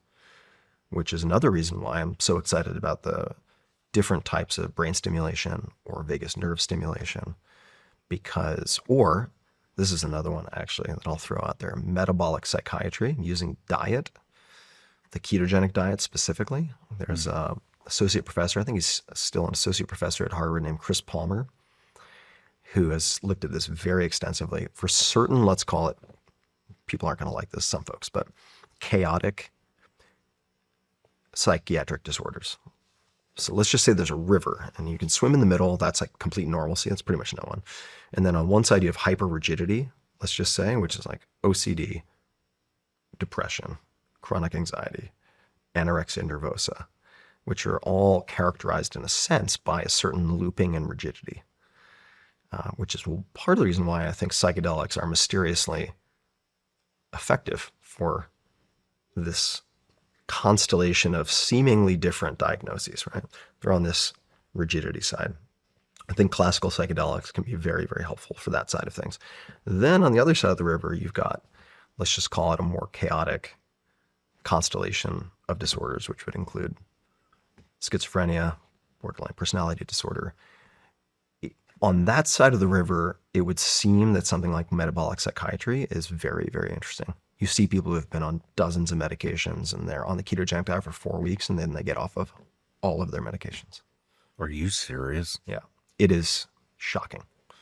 Shocking. So like the three, let's just call it current, it could get replaced, but pillars of the mental health like technology stool for me that are most interesting: ketones and metabolic psychiatry, brain stimulation or bioelectric medicine, more broadly, bioelectric medicine, and then psychedelic assisted therapies. But I'm tool agnostic. Like psychedelics at the time were most interesting, most compelling because of some of the effects that you were seeing and the durability, right? With PTSD, with major depressive disorder, with alcoholism, through Addiction. like NYU addiction, which by the way is not new. We were doing this research with LSD in like the 50s. Were we really? Yeah, 50s and 60s. And then once Nixon signed it off into Prohibition era, that all went away. And there were a lot of political motivations behind that. It was not there was not a scientific reason for that. It was more politically motivated. But the point being that I'm very excited about what the future holds for psychedelic assisted therapies. But I've been most interested in the science. Once it turns into like policy and politicking and grandstanding and befriending the right special interest groups, it's not, I have zero patience for that stuff. I just can't, I have a lot of trouble with it. So I prefer to just deal with the scientists and the practitioners. Like I've been very heavily involved with groups like the Amazon conservation team and looking at indigenous land rights and really trying to the extent possible to support and reciprocate these groups who effectively gave the world these things that are now being medicalized, right? I do think that's important. I do think that's really important. Especially since some of these folks operate in such hostile territories. I mean, you've got like illegal mining interests, you've got logging, agriculture, narcos. Like, you know, these folks are routinely assassinated, indigenous leaders all over the place. You look at Brazil, you look at Colombia, Mexico. It's a very, very tough world that they inhabit in a lot of ways. What got you interested in psychedelics to begin with? I've always been interested in altered states of consciousness ever since I was a little kid. And I don't know exactly where that comes from. I think it was just suspecting that there was, on some level, I think researchers like Donald Hoffman, he's a bucking bronco you could have on. But there was always part of me that kind of suspected that this was what we're looking at here and experiencing. It's like a user interface. It's like a desktop on a computer where it's like, okay, we have these icons and so on that represent something, but that this is just one interface, right? If we were a mantis shrimp or a different animal, like it wouldn't look or feel like this, right? So this is a reality, but it's not the end all be all objective reality. I always just had that feeling. And you can explore that through a purely scientific, physicalist lens, right? You don't have to get out there. You don't have to be running around the full moon swinging a dead cat over your head with a hawk wing, right? Like you don't have to get into pure woo territory to ask some questions about things. And then I would say later, I was always interested in mythology. And my mom got me this crazy book. I think it was on the remainder table called A Lycanthropy Reader. And a lycanthropy reader was a historical collection of essays on the mythology and belief of shapeshifting, which you see in pretty much every culture, right? Whether it's like North American, Plains Indians, or Siberia, or wherever, right? And there were chapters in there about the use of different plants. So mandrake, belladonna, henbane, etc., by quote unquote witches or werewolves, right? Who would basically go on these incredible psychotropic journeys and then come back with stories of shapeshifting, which are still very common in the Amazon, by the way. This belief and these types of stories. I mean, they might call them skills or powers, right? I mean, dieting certain plants is intended to help you with some of this stuff. So that opened the door to me asking, like, okay, let's just assume for the time being that people cannot turn into animals, but like the idea that you could ingest a plant or put on a salve that would so fundamentally change your consciousness that you would come back with complete belief that you had done it was also interesting to me, right? So I then became this sort of intrepid, very amateur biochemist looking at how that might happen, right? And so you combine that then with the fear of Alzheimer's in my family, and it just led me to really want to focus on brain function. And a few things happened around the same time. Towards the end of high school, I read a book called Exploring the World of Lucid Dreaming by Stephen LaBerge. And still to this day, I think it is one of the most impressive books I have found for teaching a skill in a systematic way.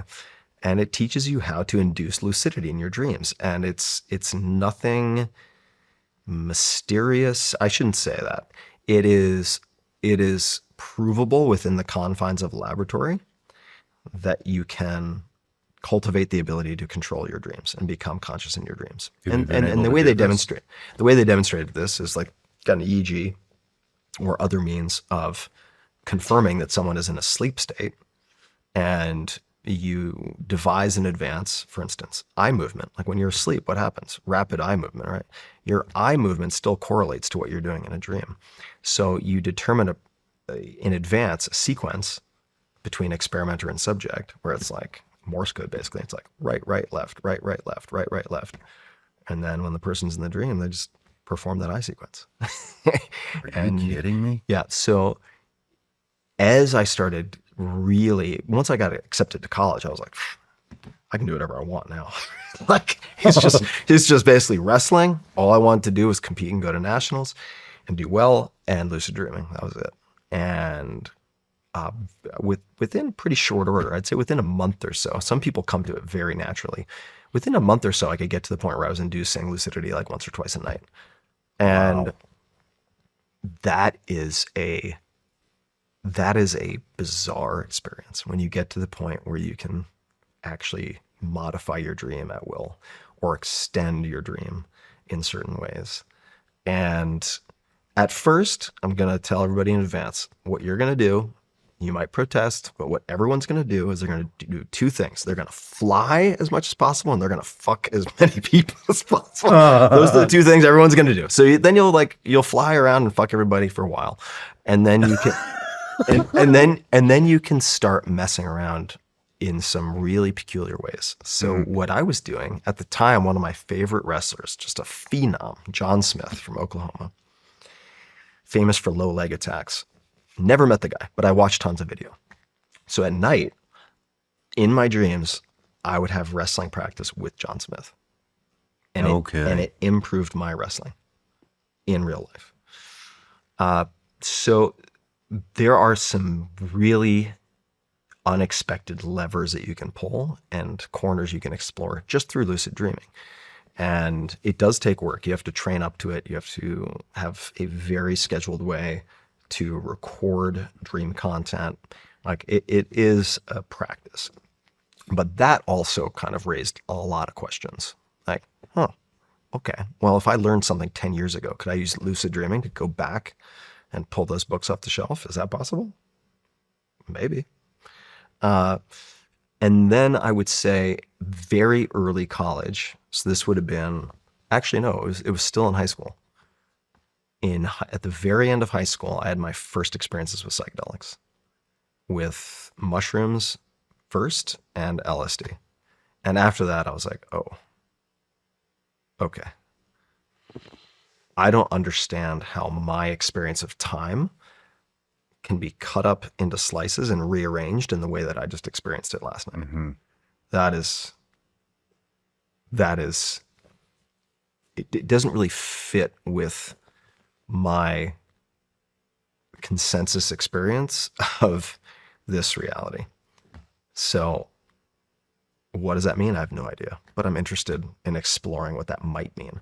So when I went to Princeton for a couple of reasons, or I applied to Princeton early action, which is like an exploding offer. In retrospect, I think I would have been much happier somewhere else. Princeton was a very difficult, stiff environment for me, but I went there because they had one of the best East Asian studies departments in the world. Really phenomenal. Japanese, Chinese, Korean, etc. They had a very, very strong psychology and neuroscience program. So like Danny Kahneman was there. There was a guy named Barry Jacobs who had done a bunch of research with LSD and did a lot of research also on the serotonergic system involving cats and stuff because cats kind of sleep all the time. I really wanted to work in his lab. And then thirdly, there was something at the time, I was very sad that it ended up getting wound down maybe a year after I got there.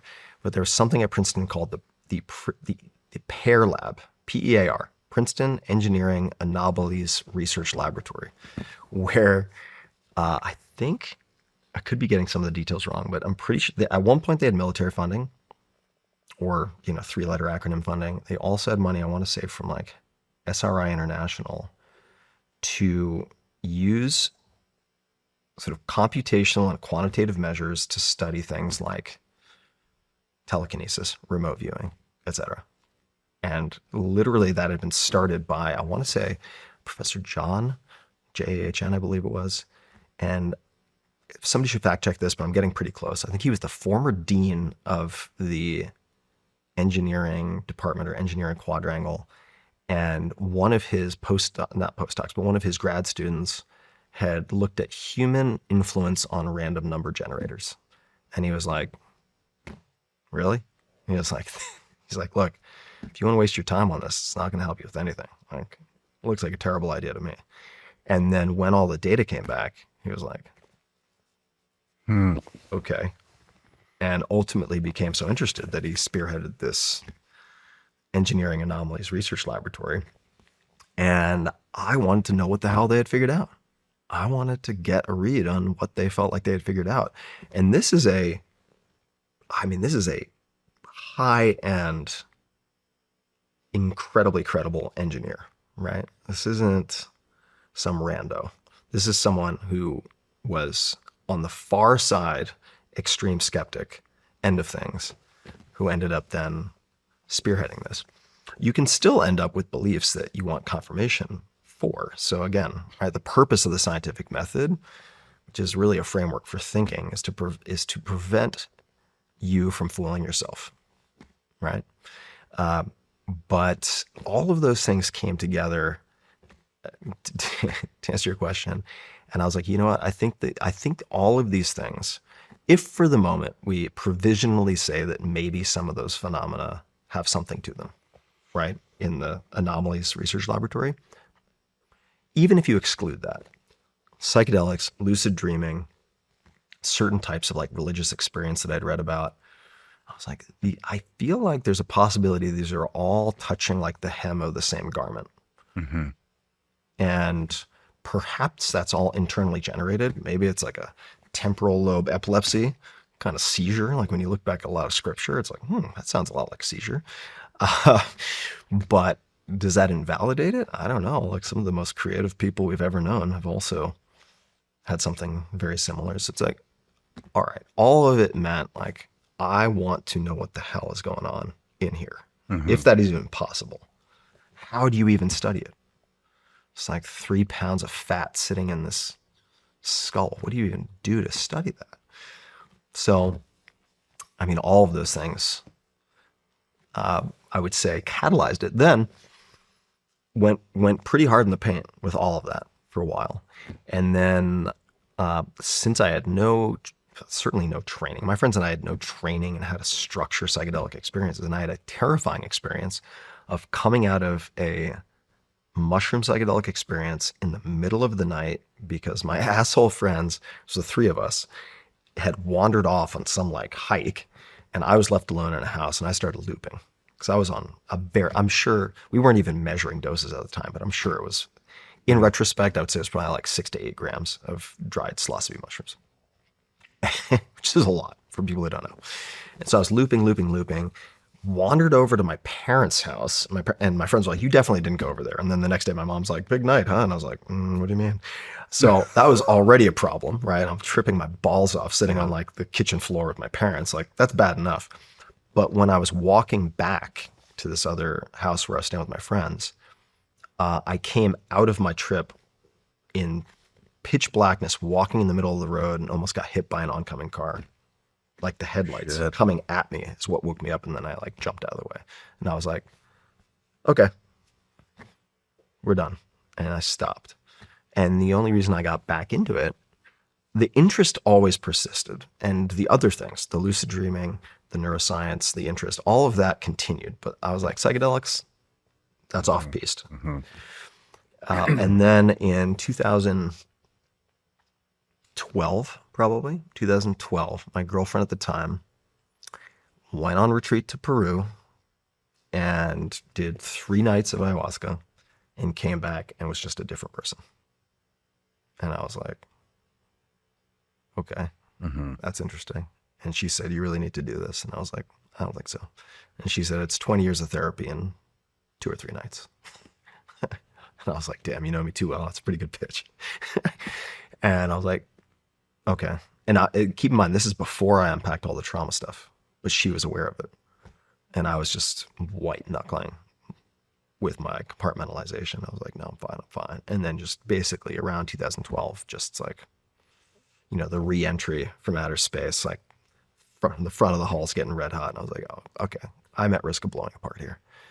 And 2 things simultaneously happened. One, a friend of mine, one of the most successful extreme photographers in the world, said, you need to try some type of meditation. He's like, go pay someone and do transcendental meditation. And I was like, really? I'm going to pay like whatever it is, $500, $1,500 to have some guy give me a mantra and I have to give him flowers? Are you fucking kidding me? And he's like, you can afford it. And I was just like, and he's like, really? He's like, look at yourself. And I was like, all right, fine. So I started doing TM, which was actually an incredibly good investment. And the money matters. Why? Because you don't want to lose that money. And you have the accountability. So you're actually going to do it. Secondly, I started thinking about a re-entry into the playing field of psychedelics. And I was like, all right, if I'm going to do it, now that I know how to read research properly and I have access, I was living in the Bay Area. I'm like, I am in the epicenter in North America for exploring this type of thing. I'm going to do it in a really conservative, step-by-step build up leading to, but not committed to, potentially ayahuasca. And so just thought about how to structure it safely, you know, interviewed, for lack of a better term, like I was hiring for a job, different facilitators, had people help me with the vetting, got reference checks. I really went over the top because that experience in the middle of the street had rightfully scared the hell out of me. Like I could have very easily been hit by a car. And it's like, bad things do happen. Like people jump out of windows. Like, I hate to say it, but like those things do happen. So I wanted as many safeguards as possible. And so that was sort of starting in, let's call it 2011, 2012 was the reentry onto the playing field. Right on, man. Yeah. But being much more methodical about the whole thing. Are you a Christian? I wouldn't identify as anything from a organized religion perspective. I was asking, you brought up scripture a couple times. Oh yeah, well I think scripture, I think it doesn't matter if you're religious or not. I think you should read scripture. I think there are different ways to approach it, but I mean, if something is sort of one of the foundations of Western civilization, it's like, yeah, maybe you should get familiar with it, right? Like, if you haven't read the Constitution, maybe you should read the Constitution too. Right? It's like, Constitution's a much shorter read, so maybe start there. But what do you think happens when we die? What do I think happens when we die? I find it increasingly difficult to believe that we simply have a machine that gets turned off. So I think that's informed by some of the experiences on psychedelics. And I recognize I could take, and I think it's important, if you have a strong belief, I think it's really important that you try to attack that belief with the strongest possible version of a critic's arguments, right? I really think that's important. If you want to become a better thinker and a better human, I think that's important. So I recognize that I could also make a bunch of arguments for why it should just be lights out. But if I'm looking at some of the documentation around near-death experiences, if I'm looking at like the sort of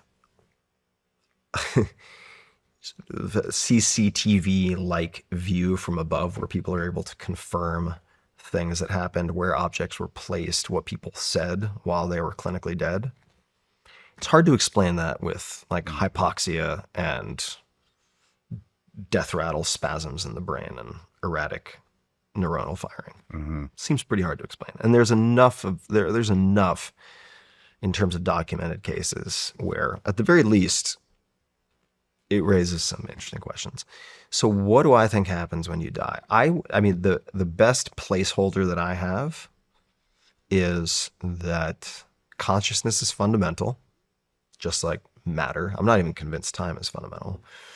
But yeah, Carlo Rovelli, I think his name is. Like, there's some really interesting writing from physicists on time. Like, it's not as static, uniform, constant as one might like to think. But if consciousness on some level is fundamental, kind of Max Planck style, then I think when you die, it's like a drop returned to the ocean.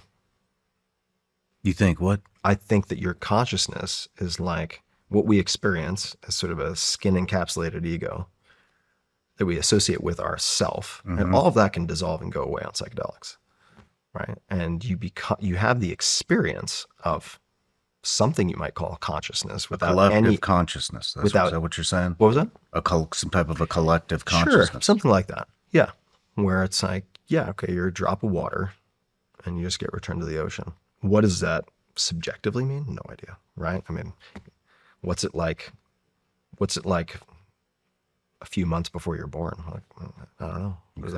I don't know, right? What is that like? Not the slightest clue.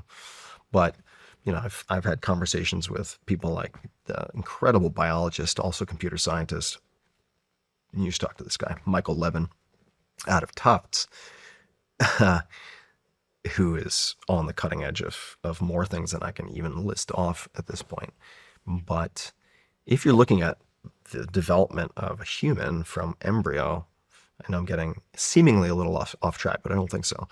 Like the development of consciousness, which we kind of need to define, but let's just think of it as having an identity, a me, an I, that is separate from the outside. And maybe you're aware that you're aware, right? Which might distinguish humans from other species in some way. Okay. Well, when does that happen? Right? Is there just a point in the process where it's like Frankenstein galvanizing and it's like lights on and suddenly, or does it actually exist at a cellular or subcellular level and it just scales up to what we experience, kind of like a beehive? I tend to lean towards the latter, right? And I think Michael Levin would lean towards the latter. Like, very good scientists. These aren't people running around at Esalen with tinfoil hats on. I love Esalen, by the way. No smack to Esalen. I've been there before. But it's like, these are people who have some of the most analytical, critically minded brains in the scientific field. And these are open questions. So what do you think happens when you die? Well, I mean, I'm a Christian, so I think you die and you either go up or down. Yeah. Yeah. But I don't know. I mean, when I did psychedelics, I was, I don't know if I would say I was an atheist. I wasn't an atheist. Yeah. I believed in something. I just wasn't sure. Actually, I don't know. I don't even know how to explain. I didn't think about it. Yeah. You know, and I didn't think about it until I did Ibogaine. Yeah. And 5-MeO DMT. Climb the Mount Everest of psychedelics. Yeah. And then I want to go skiing. Okay, I'll do it without oxygen down Everest. Let's go. Yeah. Yeah. And then we did, 5-MeO after that, which is a death experience. And it made me realize, there's definitely something after all of this. Yeah. And so that's where I landed. Yeah. So I would say I was, for a period of time, like for lack of a better descriptor, like a militant atheist. One of my friends, I was not raised religious. The school I went to, the private school, was Episcopal, so nominally Christian, had chapel every morning outside of 1 or 2 days, but that was really for like roll call and announcements. And you could go to religious service, and I would occasionally actually go to religious service. But a friend of mine, a few years out of college, was getting divorced, and he joined a church that was very, very, very extreme. And for, I would say, a weaponized version of religion, like very extreme. Mm-hmm. And I was incredibly worried for him. But he was very, very, very, is very, very, very smart. And so he had done all this reading. He had kind of prepared himself for every possible counter argument. And I was like, well, I got to stock up on some materials here. So I bought all these books and like Bertrand Russell and this, and this. And we would have these long debates, and I'm trying to kind of prevent him from being weaponized in this church, because he was like the heir apparent. Like he's got a really smart guy, very intense, super aggressive in everything he did. And I was very concerned, but ultimately realized that at that point in time, he had no safety net. He was going through this horrible divorce. His life was falling apart. His family was having all these problems, meaning his family of origin. And I was like, I think if this gets taken away, I'm not even convinced I can take it away, but if I were to be able to take it away, then what? And I was like, I'm not willing to, I would rather him roll the dice with this particular church than have on my conscience that he killed himself or something horrible happened. But from that point forward, I had this really bad taste in my mouth. And so I had really strong conviction around not necessarily atheism, but like hyper skepticism, which I think I still have, and it's served me well. But after some of these psychedelic experiences, and also just frankly, after spending time with some of these indigenous groups, with the recognition that like some of these groups also use what we might consider like stage magic, right? Like there are performances that a mentalist or someone could potentially try to replicate, right? Just like someone can mimic remote viewing, right? Like there are people who've done this. There's a great documentary called An Honest Liar that people should watch. But I've just seen too many things now and experienced too many things, not entirely on drugs, dead sober, a lot of them, where I'm like, there's just more to the story. And we've never known the whole story. Like we are very, very, very early in neuroscience and psychiatry, right? Like it's like surgery 500 years ago. Yeah. So, I mean, the reason I had asked you that is I was going to follow that up with, what do you think? I mean, are you solely into the science of psychedelics, or is there potentially some type of a spiritual component? oh, there's a huge spiritual component. I just don't usually talk about it because I've got so much I want to do on the scientific and policy side that if I sort of show my full hand, then people are going to be like, oh, that guy's a wackadoodle. So I don't usually talk about the stuff that I can't really defend with like randomized controlled trials. I don't talk too much about typically, but there's a huge spiritual component. Mm-hmm. I don't love that word spiritual, but I don't know a better replacement. I don't know. Yeah, I don't know a better replacement. But I think that if what you're looking for is relief from something like depression, OCD, GAD, generalized anxiety disorder, I think the brain stimulation is incredibly compelling, and that the effects with a successful treatment, and there are some new approaches to that which make it really interesting, like single day stimulations, a few minutes per hour for 10 hours straight, pre-dosing with a drug called D-cycloserine. That's it. Like that's the treatment, one day. And you might have durability for 3 to 12 months. Like anxiety from 10 to 1. Wow. Like I can't say that reliably for any psychedelic. So if you're looking for relief from those symptoms functioning in this world, I think there are a lot of tools in the toolkit, which is good news, right? Metabolic psychiatry would be another example.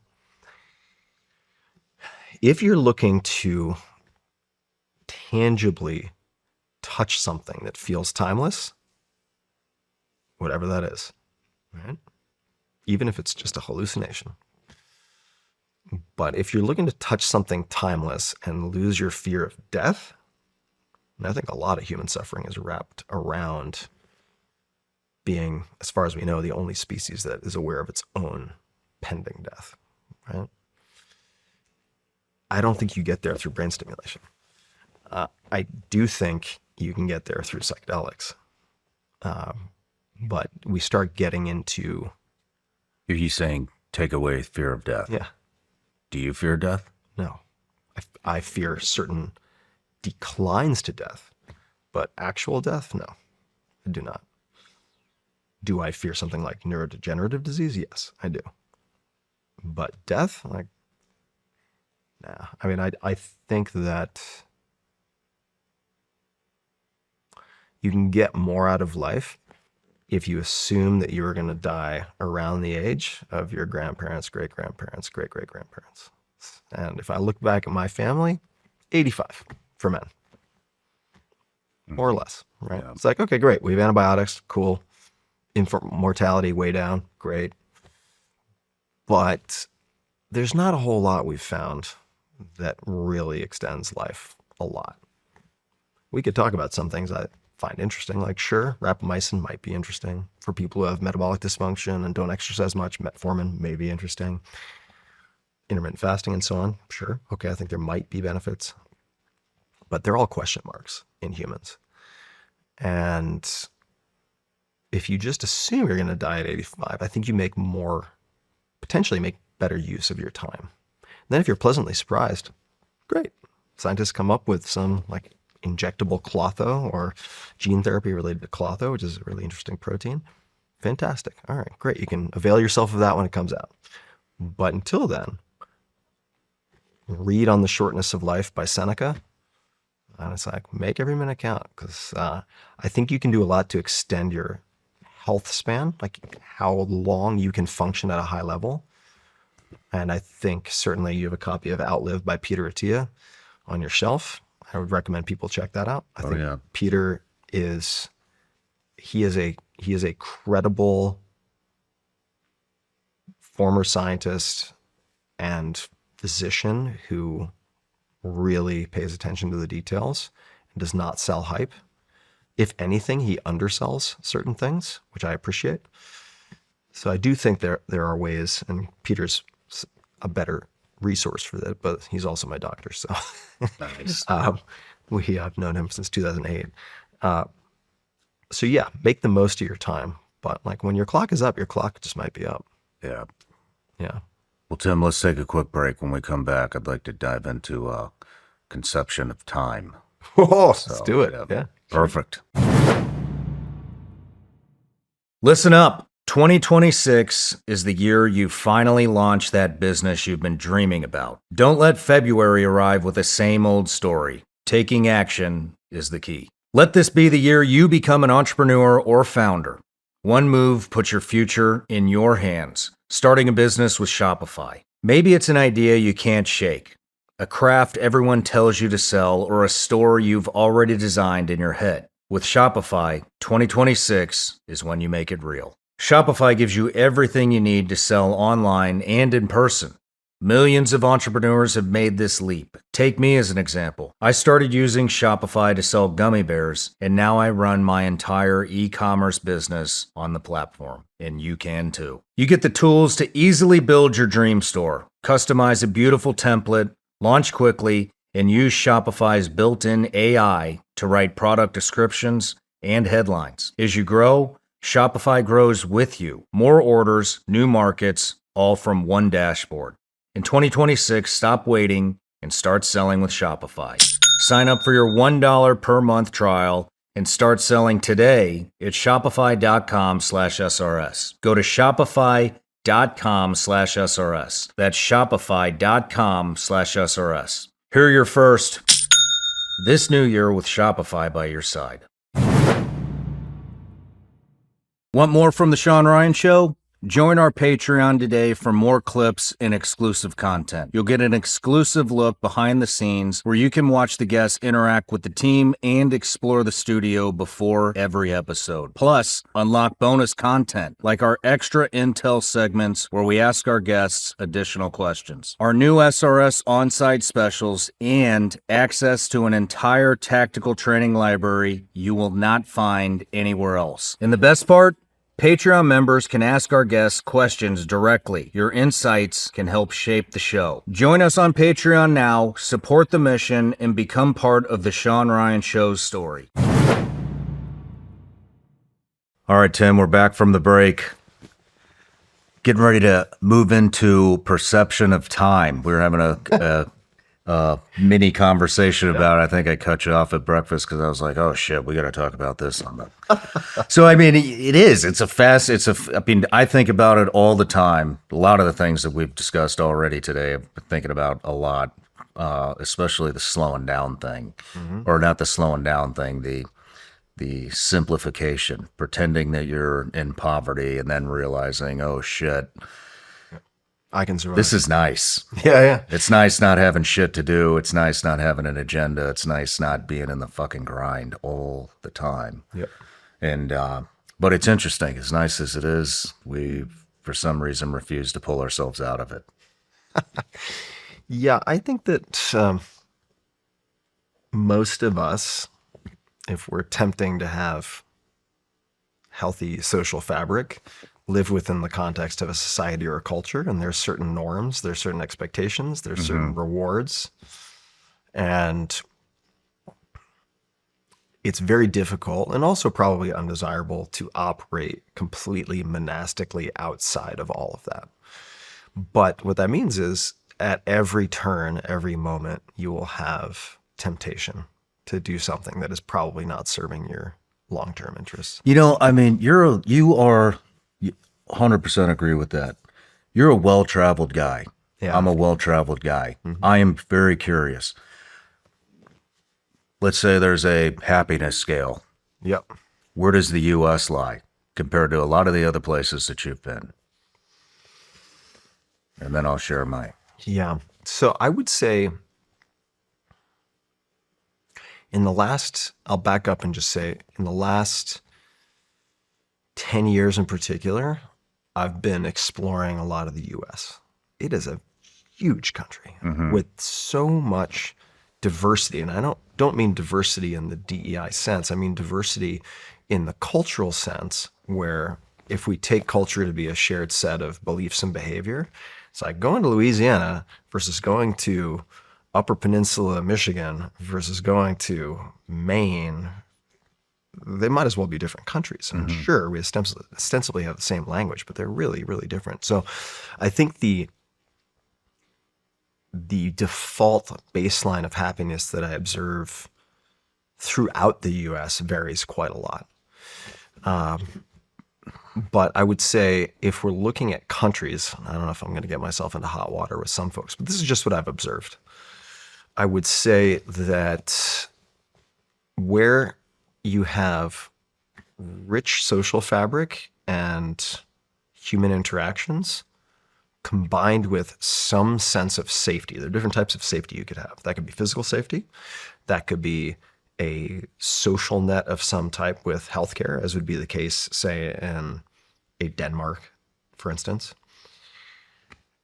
Those things combined, which offer a certain level of predictability, not predictability across the board, but I'm not sure how heavily to weight various polls and happiness reports, but you might have, say, for instance, a few years ago, you had Singapore, which is fascinating little country, right? A little postage stamp, but like from swamp to what it's become is fascinating. So Lee Kuan Yew and so on. Nonetheless, like highly structured, quite strict, predictable, but purportedly a high level of self-reported happiness. Okay.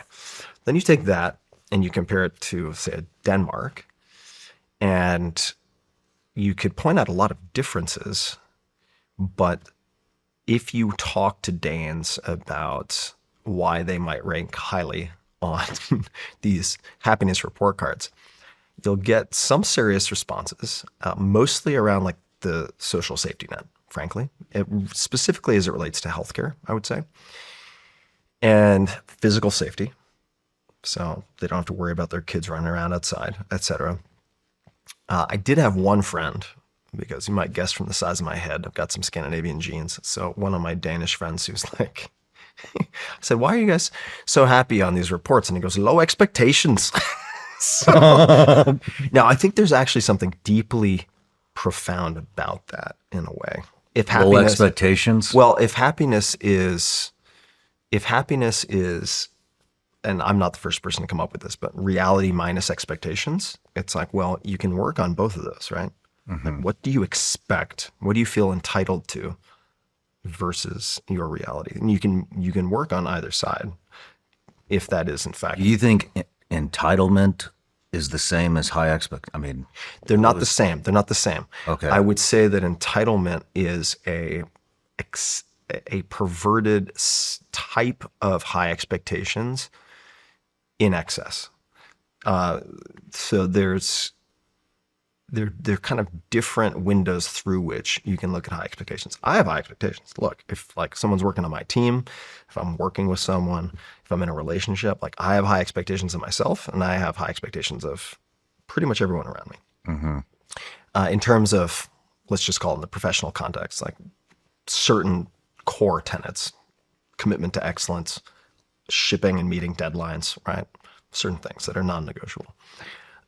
When you feel like you should have A, B, and C, I deserve D, E, and F. I think that's where you get into murkier waters.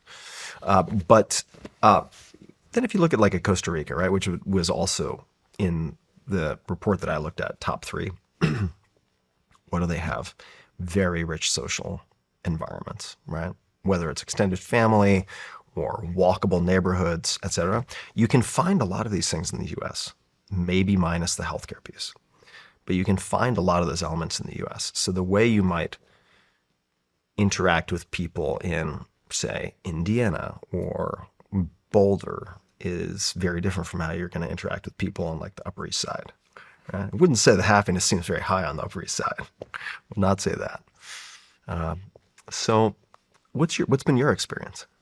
With happiness and travel in the world? Happiness in other places. I mean, some of the happiest people I've ever met have been, 2 come to mind. Ethiopians in the Tigray area, which is like, I don't think you can even travel there right now. Dirt poor in villages. And Shangaan people in South Africa also. I mean, not quite as destitute, but very rough situation. Displaced people. I would say, and this is just my perception, you know what I mean? So, minus the war-torn countries that I've been to a lot of third world, countries in extreme poverty. I have to say that I think that the countries in poverty seem to be more happy than we are here at the U.S., who have literally every fucking thing we can think of at our fingertips. All right. So if I'm going to armchair quarterback this, which why not, since I'm sitting in an armchair, I would say I think that having everything is part of the recipe for dissatisfaction, right? You start fearing having those things taken away. I do think your level of entitlement goes up. And there's a great book by Sebastian Junger called Tribe.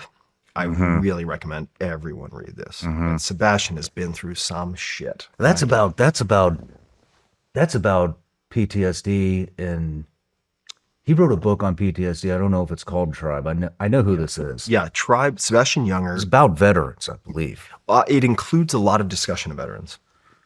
Tribe really talks about social cohesion, but if you look at, for instance, I think the example, there are a number of examples he gave, but looking at World War II, bombing in the UK, and how admittances to hospitals, now there are a number of different ways you could explain this, but effectively the incidence of mental illness, suicide, etc., all seem to plummet while the city's being bombed. What's going on there?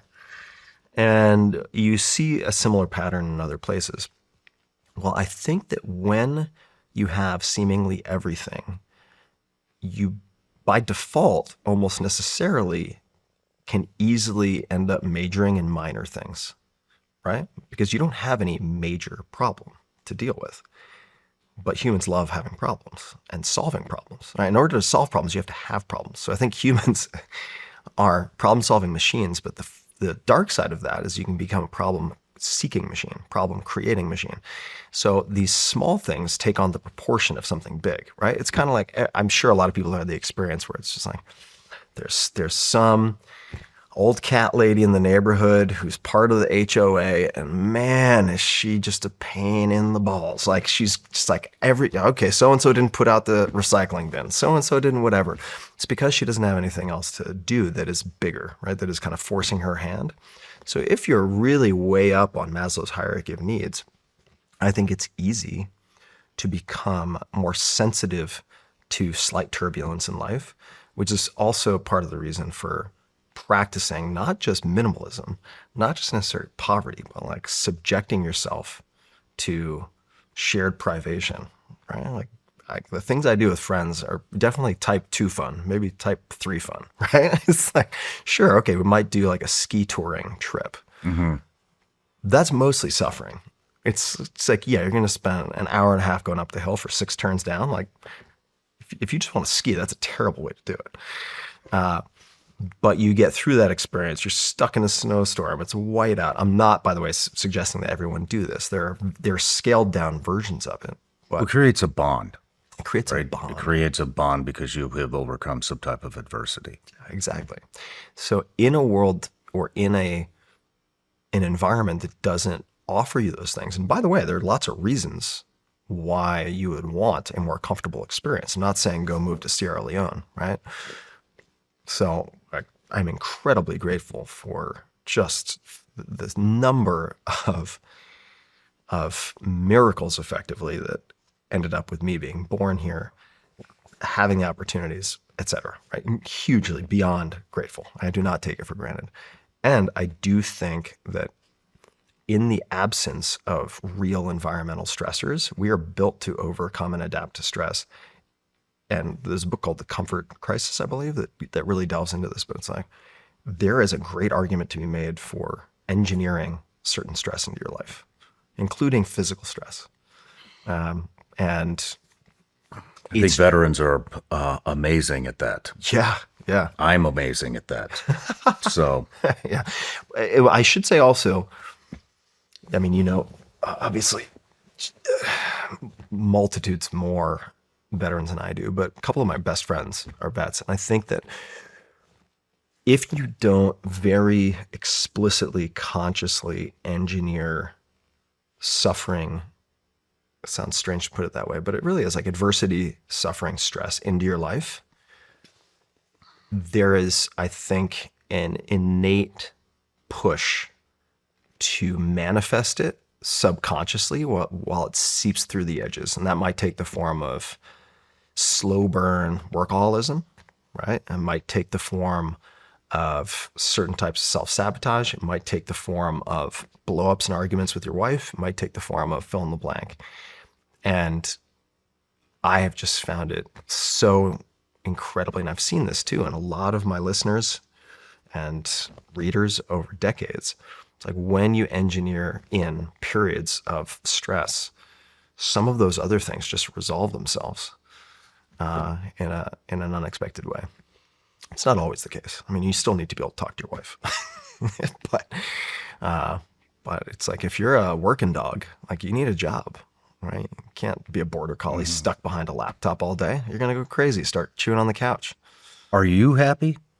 I feel like I'm the happiest. I mean, we could definitely pull apart that term and what it means, but I would say I am the most at peace. That's more my goal than happiness, I would say. You're reluctant to say that you're happy. Well, I feel like I'm reluctant to say happy because I'm such a stickler. It could be the OCD kicking in, but for terms, right? When people are like, I just want to be successful, I'm like, let's talk about that. Mm-hmm. Very carefully, right? When people get into fights about God, I'm like, You guys talking about the same thing? Like, let's make sure we're talking about the same thing. I am very happy right now. I have great relationships. I have, taking care of people I care about, doing meaningful work. Very happy. But I think happiness comes and goes. So looking for a steady state of smiles, I think is a fool's errand, because you're going to be disappointed. And if we come back to the sort of, let's say, long-term durable happiness is reality minus expectations. If my expectation is I'm never going to have hard days, I'm never going to have moments of self-loathing, then in the long term, I think I'm handicapping my peace of mind. Does that make any sense? If, for instance, right, I can give a lot of examples of this. If you're trying to learn a language, which I think people can become, let's just say native English speakers, conversationally fluent in a bunch of languages in like 8 to 12 weeks, if they really dedicated themselves. There's no magic trick involved. Like, there's a very methodical way to do it. I mean, look at the Defense Language Institute in Monterey. Like, the stuff they can do is incredible with language instruction. They're very interested in bioelectric medicine too, by the way, potentially as an augment. But if you're going to learn a language, if you expect your progress to look like this, right? Weight training, same thing. Skill acquisition, it's going to be lumpy, right? You're going to have predictable setbacks. It's like, okay, you memorized 100 phrases, fantastic, or 100 words. Man, you're going to be making rocket-like progress. But as soon as you start introducing a little more complicated grammar, which you need to do to make it for the long game, you're going to feel like you're getting worse. Right? Your ability to juggle those balls is going to take time for adaptation, and you're going to get worse. Boom, boom, boom, and then up and then down, and then maybe there's more of a plateau. And if you know these in advance, you can kind of plan for them, right? In the service of the long-term goal of being fluent in the language. But if you have a teacher who's trying to do the right thing and they tell you everything's going to be great, just one step in front of the other, slow and steady wins the race, and you expect it to be this linear progression, you're going to get crushed as soon as you suffer a setback. And I feel like psychologically, this is where Stoicism is such an incredible arrow in the quiver. It's just expecting people to be, like Marcus Aurelius meditations, like effectively, like when you go out, like expect people to be insolent and rude, expect people to disappoint you, expect A, B, and C. And there's a thin line between that and just being pessimistic or nihilistic, right? But I think you're just talking about drive, personal drive. I mean, if it was easy and the incline was like this, said it 1,000 times, everybody would fucking do it. Yeah. Well, right. Then you hit a setback and 75% of the people fucking quit. Yeah. You know what I mean? Yeah. But the drive keeps the 25% going. Totally. And I think that there's just like baseline drive. It's like, okay, what kind of engine do you have? And then there's how do you drive the car? And it's almost like rally racing. Like I did a little bit of training in rally racing, which is incredibly dangerous, but also. No shit. Yeah. The whole team here is going to the. Okay. Where'd you go to rally racing school? I went to New Hampshire. Dude. Yeah. You went to O'Neill. I went to O'Neill. Fucking awesome. Yeah, I went to O'Neill. He's great. He's amazing. I love that school. Hilarious. So I went to O'Neill, as you know, pretty risky endeavor. What do you do? Okay, what does that look like? Well, you have a navigator. In the case of your own life, like you are both the driver and the navigator. And are you going to take a rally course race at high speed without studying the course? Fuck no. You need to know if it's like right 3 or right 1, right? Or you're going to hit a tree, because you need to plan for all of these subtleties of the course in advance. So all I'm saying is, if you have this drive, which is like the base engine, right? Some people I think are just born with a huge engine, right? Like they're born in a Ferrari. Other people might be born in like a Miata, but guess what? It's like I've seen pro drivers in a Miata smoke people in McLarens on a driving course. Why? They know the course. They've trained. They know how to fundamentals. Yeah. And similarly, like I don't think, in some ways I think I have certain advantages, but I do not have like a huge psychological buffer. Some people have incredible inbuilt, I really think, psychological resilience. Like they have a lot of margin of safety. I don't have that, right? I do not have the batteries and infinite endurance of some serial entrepreneurs I've seen or professional athletes, right? It's just like they have different, like Kobe Bryant or, I mean, you could look Travis Kalanick of Uber or whatever, like just like different batteries. These guys are coming to the table with a different engine. But you can give yourself a competitive advantage if you know the track. So for me, with anything, it's like, know the track. What does that look like? What does that mean? Well, it kind of apply. It knows, like, it's identifying in advance, if you're learning anything, doing anything, like, where am I going to be most likely to quit? What are the failure points? Why do other people quit? When do they quit? And then if you know in advance, like, okay, it's very likely 3 months into this that I'm going to hit like a crisis of meaning and I'm going to plateau and I'm going to be tempted to quit.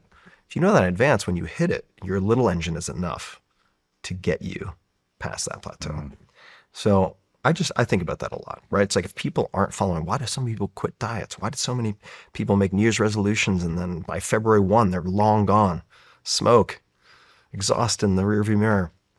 It's like, part of it is they have these very optimistic, well-intentioned visions of what they're going to do, where they go to the gym 3 times a week. It never gets interrupted. They don't reverse engineer. They never need to make a phone call. They never get into an argument about who's going to watch the kids. And as a result, they don't have any type of safety net on that plan. So I would say, these are some of the ways that I think about it. I know there's a lot there, but well, I mean, one thing you said about happiness is, I think you said this, I know this, high expectations can be a roadblock. Yeah, it's a double-edged sword. You said you have exceedingly high expectations. Yeah. So I'm curious, how did you overcome those high expectations to find happiness? Because I struggle with this. Yeah, I mean, I struggle with it. I have extremely high expectations. Yeah, I've struggled with my whole life. I think I have found certain approaches and tools that have helped me to use the double-edged sword without holding the blade as a handle, right? And here's the other thing, I expect this will always be a challenge. So I'm not going to beat the shit out of myself if I don't eradicate it like polio once and forever, right? It's like, this is part, I think, of my hardwiring. I really do. This is not to belabor the dog. You wouldn't be where you are without high expectations, though, either. Yeah, right. And I think that I'm at a point also where it's like the incremental dollar or whatever, the incremental media mention is not worth as much as the incremental hour or even 15 minutes with someone I deeply care about. And those are very mastering, it sounds strange to say this, but becoming good at those two sides of the track are very different things. They require different skill sets. So for me, I would say, first of all, I think high expectations can be great. I think it can be amazing. And, while I guess Archilochus way back in the day, right? We do not rise to the level of our hopes. We fall to the level of our training. Like, I think that's a real thing. So hope alone is not enough. Expectations alone is not enough. But I would say that for me, realizing that what you do matters a lot more than how you do any one thing is critical. What do I mean by that? So what you do versus how you do. This seems kind of strange. In other words, you can get really, really good at having high expectations for things that don't matter very much and being perfectionist about little things. But that doesn't really move the needle for you or other people. You can spend your whole life focusing on little things. I think that's going to become the default for most of humankind in the next few years with AI. Like, the idea that we're all going to have this incredible leisure class with tons of free time, complete nonsense. It's never happened with any technology. It's going to get worse. The Karens are coming out. So I would say that there's a book called The 80-20 Principle by Richard Koch, Koch. Read that. And this comes back to what I mentioned earlier, which is you really don't have to get a lot of things right to have an amazing life. So I used to over optimize. I would attempt to optimize almost everything because I felt like I had the bandwidth to do it. Maybe I did, but that can make you an insufferable son of a bitch, not just to other people, but to yourself, right? Because if you have unreasonable, unhelpful expectations in environments that you cannot control, interpersonal relationships, your girlfriend or wife or husband or whatever, your kids, you're going to drive not only yourself, but the people around you completely insane. So, when I sat down here, you might remember this, there was a little piece of paper stuck in here from a prior guest, the Serenity Prayer. And I folded it up and I was like, oh, I like the Serenity Prayer. And I put it in my pocket. Serenity Prayer is Stoicism, right? Being able to, separate things you can control versus things you can't control. And then the wisdom, hopefully, and experience to be able to tell the difference. And I've realized that being incredibly forgiving while knowing your non-negotiables up front with interpersonal relationships is, for me at least so far, like the path to intimacy and longevity and happiness and peace. And then with other types of I shouldn't say compartmentalize, silos in my life, let's just say maybe it's writing a book, having like unforgivably high standards, but with a deadline so that I'm not allowed to procrastinate forever. Because if I don't have a boss, and I don't, that perfectionism can turn into permanent, meaning you're not shipping anything. Yeah. So I still apply super high standards for myself with certain non-negotiables related to physical training or to cultivating and developing, conditioning a mental reserve, right? To hopefully stave off things like neurodegenerative disease. Those are all non-negotiable.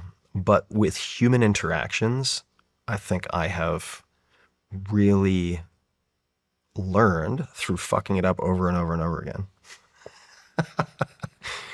Really, it's just like, God, I look back at some of my past girlfriends. I'm like, God bless you, you saints. Like, God, I was such a pain in the ass.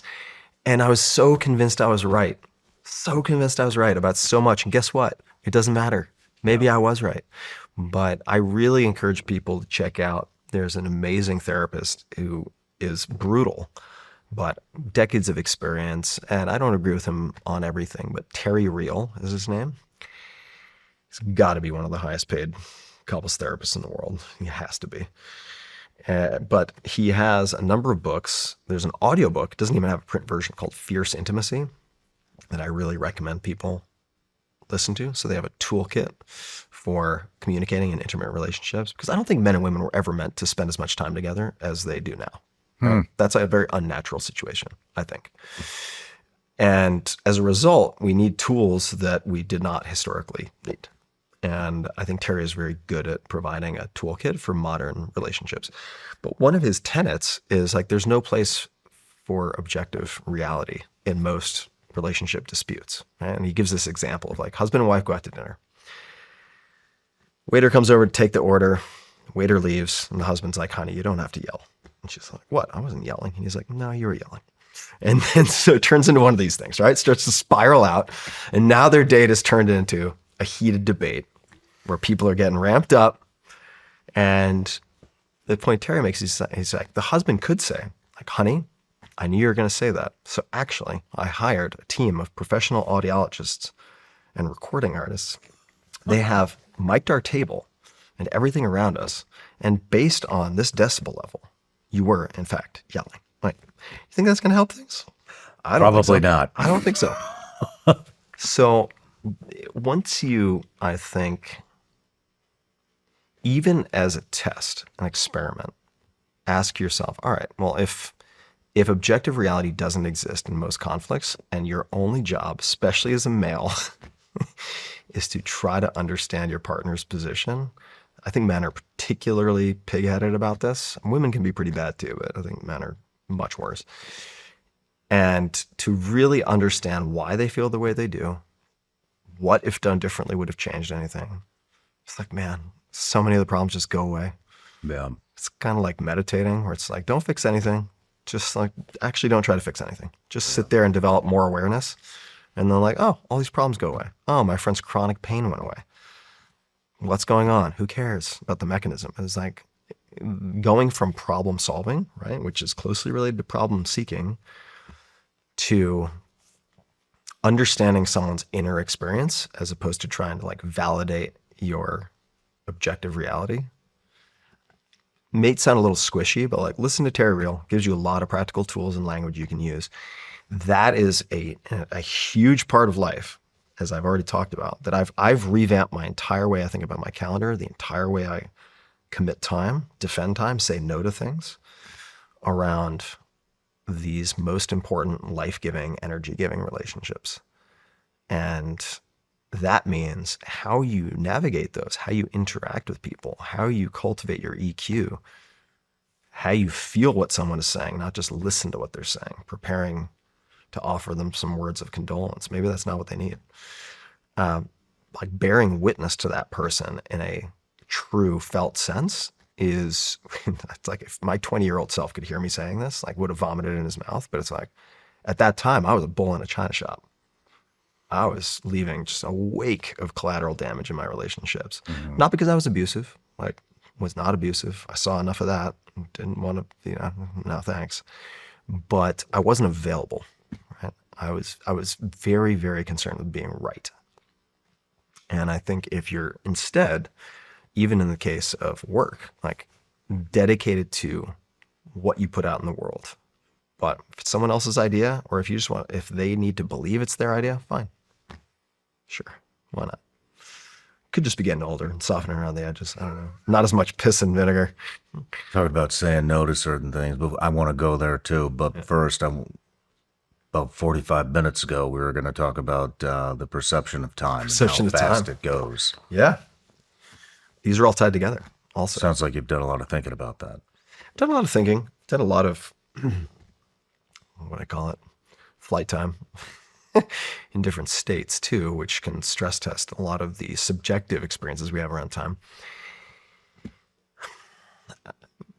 I would encourage, it can be hard. You can watch his not TED Talks, you can watch his YouTube videos and so on before digesting videos. But Carlo Rovelli is a physicist. I believe he's most focused on quantum gravity. And he has some really thought-provoking writing on time. I think one of his books is called The Order of Things, but you realize pretty quickly that even within the halls of quantum physics and mathematics, like time is not this straightforward thing, right? Like a clock at your head runs at a different speed than a clock at your foot. And when you start to look at these fundamental equations, I'd say maybe especially quantum gravity, time becomes this very slippery thing, right? Like it's kind of like money. Like money is real in practice, but it's actually an abstraction, mm-hmm. right? Like you can use it, but it's really an abstraction. If you think about like there's a book called the Biography of a Dollar about the history of money, which is worth reading. Like it's a very useful abstraction, but it's an abstraction. And so you can certainly, just from a secular scientific perspective, from credible sources like Carlo, read enough where you start to scratch your head and you're like, okay, well, wait a second. Okay. Does that mean that in certain experiments, like A comes before B, but B also comes before A until they're observed? Like, okay, that's strange. And is it possible that time is actually more like a book? And sure, we're on page 237, but like all the pages are already there. We just happen to be in the middle. Like, is that actually something that interesting could be defensible? In which case, let's just say, right? And again, I'm very careful with this stuff, but if that were the case, then is something like precognition that crazy? I don't know. Is it even precognition, or is it just cognition? Look, I've spent a lot of time around magicians and illusionists and people who are incredible at mentalism, because I don't want to fool myself, right? I want to know, if you wanted to fake this, how would you do it? If you wanted to try to replicate these phenomena and fool an audience, how would you do it? But there's still like a flickering of a sliver of some examples that are pretty interesting, that raise more questions than they answer. Same with UAPs and stuff, right? So you can really bring this down to earth, though. It's like, all right, sure, I could read about quantum gravity, but what does that mean for me? It's like, well, we've all had the experience of a day that seems to last forever. Or you go on a trip and you're like, wow, did we really only get here 2 or 3 days ago? Man, it feels like it's been 2 weeks. We've also had the experience of saying, holy shit, where did 2025 go? Mm-hmm. My God. Like, did the frame rate change? Like, what happened? It seems like that was just a commercial break. It was 2024, there was a commercial break, and now it's 2026. What happened? And, I was just in Silicon Valley for a few weeks, hadn't been back in like 8 years. And just wanted to kick around, check it out. It's having a real renaissance at the moment because of AI. Very exciting. And have a lot of old friends there. And folks have probably seen this in the news, but a lot of billionaires are preoccupied with living forever. Right? Now, rich people have always been obsessed with living forever. And some of them are funding very interesting research. Okay, but the goal is extending biological lifespan. So far, and I think there's some things that are interesting, but certainly not definitive. Nothing is conclusive yet in humans. People have been trying to find the fountain of youth for a long time. And every generation, somebody seems to have the answer. And so far, they've all been wrong. Right? But what if that example that I mentioned, where you experience 2 or 3 days and it feels like 2 or 3 weeks? What if you could increase the number of experiences like that? So the way I've been thinking about it is you have biological lifespan. I'm very skeptical that we're going to be able to extend that meaningfully, at least before you and I kick the bucket. Very, very skeptical.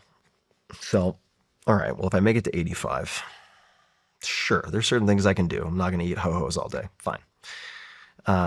But could I increase, instead of my biological age, what about increasing my experiential age? Right? So if someone's preoccupied, they're anxious, they're depressed, right? When they're having dinner, they're thinking about what they're doing after dinner.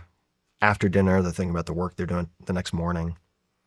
That's how your weeks feel like days. But what if you can make your days feel more like weeks? All right, well, let's look at some of those experiences, right? Whether it's like a trip where things have a lot of novelty, okay? Novelty may be interesting. What else?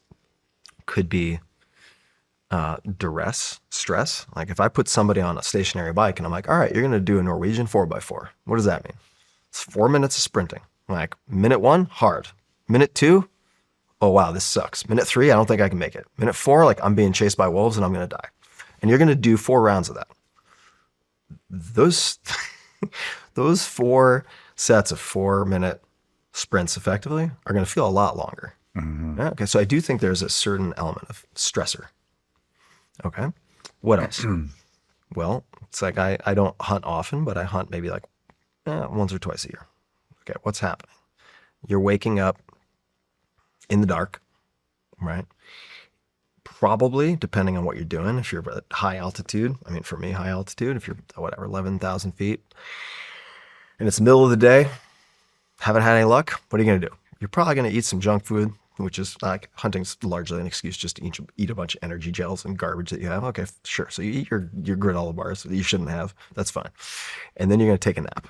All right. And then you wake up. So these breaks that are basically separate chapters of daylight, I think also make a big difference. And if you're going to like Italy for a few days, what are you doing? You're generally going to be making the most of that day. And you're going to have these kind of breaks. But you're also on vacation. You might take a nap. What else is happening? Lots of location switching. Also true in something like hunting or hiking or ski touring. There seems to be something related to context switching that increases the frame rate so that your experience is more, it's closer to slow-mo than the reverse, like fast forward. So I do think there are ways that you can begin to do your past year review, look at experiences that felt like a lot more than they were. I had an experience like this in Japan recently. So a number of my friends, it's been a dream of theirs since I was 15 and went there as an exchange student. They've always wanted to go to Japan with me. But some of them have tighter financial situations than others. No way. All right, so how do I spend money? It's like, I'm going to take those guys to Japan, like cover everything. They have to have a little skin in the game. So it's like, all right, we're all going to get there. You have to get there. But then once we get there, I'm going to pay for everything. And there was one day on that trip where all of us were like, today felt like 7 days. And our minds were blown. Like the amount of time dilation versus like time constriction, time dilation was so extreme. I was like, we sat at dinner, had a couple beers. We're just like, what just happened? Right? So like do a little dissection of those experiences. And I really feel like if you're able to turn days into the feeling of weeks enough in a given year, and it's like your experiential lifespan could go from, if you're a preoccupied person who dies at 85, maybe you live 40, 50 of those years. Maybe you get to 120 experientially. And I challenge anyone. It's like, if I put an eye shade on you and give you some psychedelics, tell me that feels the same as the 4 to 6 hours you spent the day before. It's not. Never does. It's going to feel like a lifetime. Okay. But I certainly don't want to do psychedelics every day. And then you don't want it, well, I never want it to end. Yeah, well, I mean, that's a whole separate conversation, right? When navigating or putting yourself into these spaces, what safeguards and intentions do you have around it? Because there are times when it's like, wow. I think for me, at least, that feeling, and this might sound strange, but I'm just like, oh yeah, this is probably what it feels like to be dead on some level. When there is an observer, there is an experiencer, but there's no space, there's no time, there's no Tim.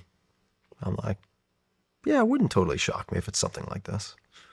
And in some of those experiences, like you experienced 5-MeO DMT, depending on the experience, but it's like, if you think back, like if it gets abstract enough where you feel like you're looking at machine code, could you recall play by play what happened? Like, no way. Okay, can you recall what happened a month before you were born? Like, oh, yeah, maybe something like that. Who knows, right? And there are lots of, I would say.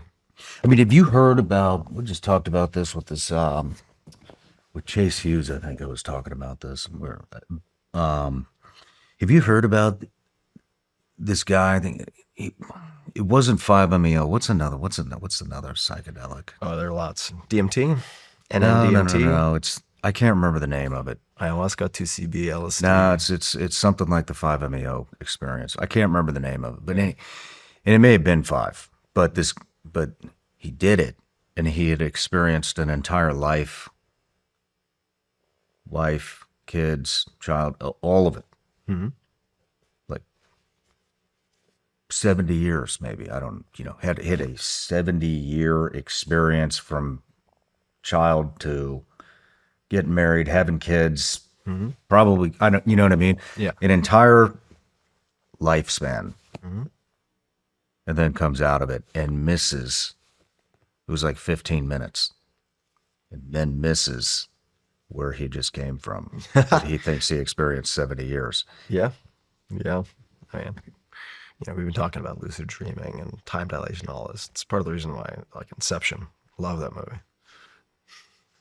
By the way, Christopher Nolan, when he was a student way back in the day, take a quick sidebar here, would wake up early in the morning. He'd work all through the night, and he'd wake up early in the morning to get free food. There was like a free breakfast at school or whatever.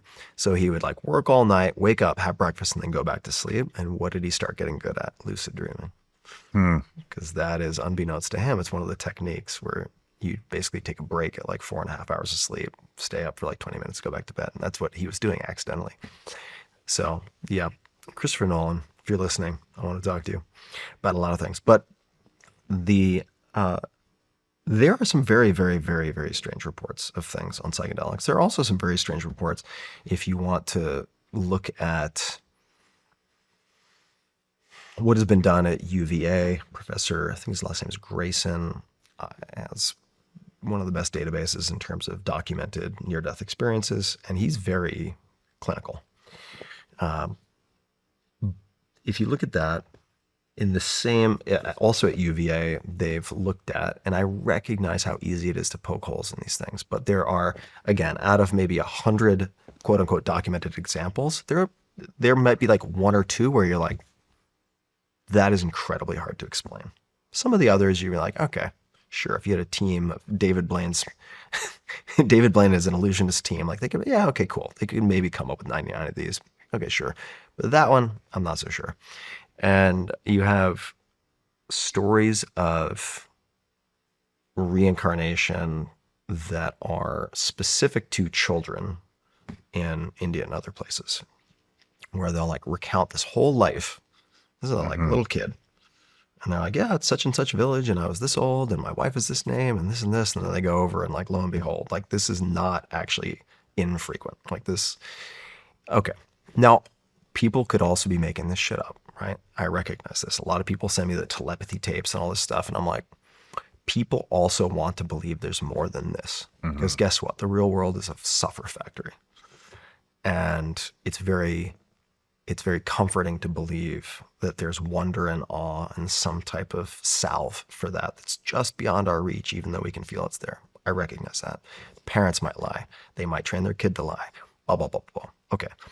But on psychedelics, man, you see if you get enough reps, right? And I say enough reps because I really, not to get on like a high horse, but it's like when people do psychedelics once or twice and then they become proselytizers, I'm like, stop.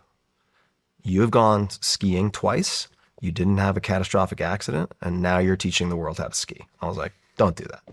I was like, and it's like, 'cause skiing on ice in New England is different from skiing and forgiving champagne powder in Utah. By the way, it's like if you're on a groomer, that's different from the moguls. If you're backcountry with avalanche risk, that's a different thing. And it's like, if you start to get more reps, like you're going to have accidents. And then you're going to realize the different species of accidents and so on and so on and so on, right? So when you have enough repetition, when you have enough flight time, to put it another way, in enough environments, you just start to see really, really strange things. I mean, I know I don't want to dox him, but like this is a friend of a friend. Like this is not a game of telephone. This is a direct friend of one of my best friends. Had an experience with NN-DMT. So if it lasted 15 minutes, chances are it was 5-MeO-DMT or DMT. It's a bit confusing because the phenomenological experiences, right? The subjective experiences are very different with NN-DMT, which is also what people experience through ayahuasca, or 5-MeO-DMT. They're very different in terms of their effects. But if it's 15 minutes, probably one of the two. But this particular guy had this experience with NN-DMT. Feels like he gets this huge download related to physics and production of him. I'm trying to protect this guy. Something related to physics at like the very outer bounds of physics. This guy has no history in physics whatsoever. Seems really destabilized after the event.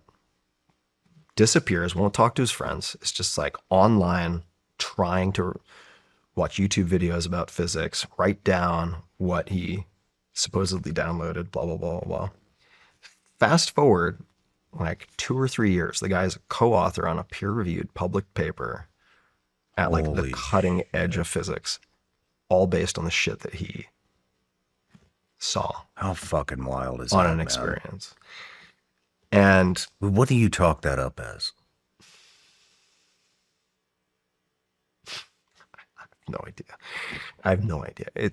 But when you see that, or you see someone like spontaneously singing in a language they don't speak, you're like, okay. And there are also non-drug related examples of like, I think it's called something like immediate savant syndrome. Like someone jumps into a pool, hits their head, they wake up and they can play the piano. Like, what is going on here? Like these, and that is not out on the fringe conspiracy theory. Like there are multiple documented cases of this. What is going on? I don't know. I mean, it would certainly seem to imply that not all of our perception, access, or experience to reality is mediated by something local. I mean, Like there's a gate, like it's yeah, gated. although maybe it is. I mean, there are people within the exploration of psychedelics who think of the mind more like a receiver, right? So it's like, yeah, you can damage the brain and cause tremendous dysfunction, right? You can do that for sure. But maybe that's not because the brain itself is generating something, much like a television screen. Like the television screen isn't generating the images you're watching.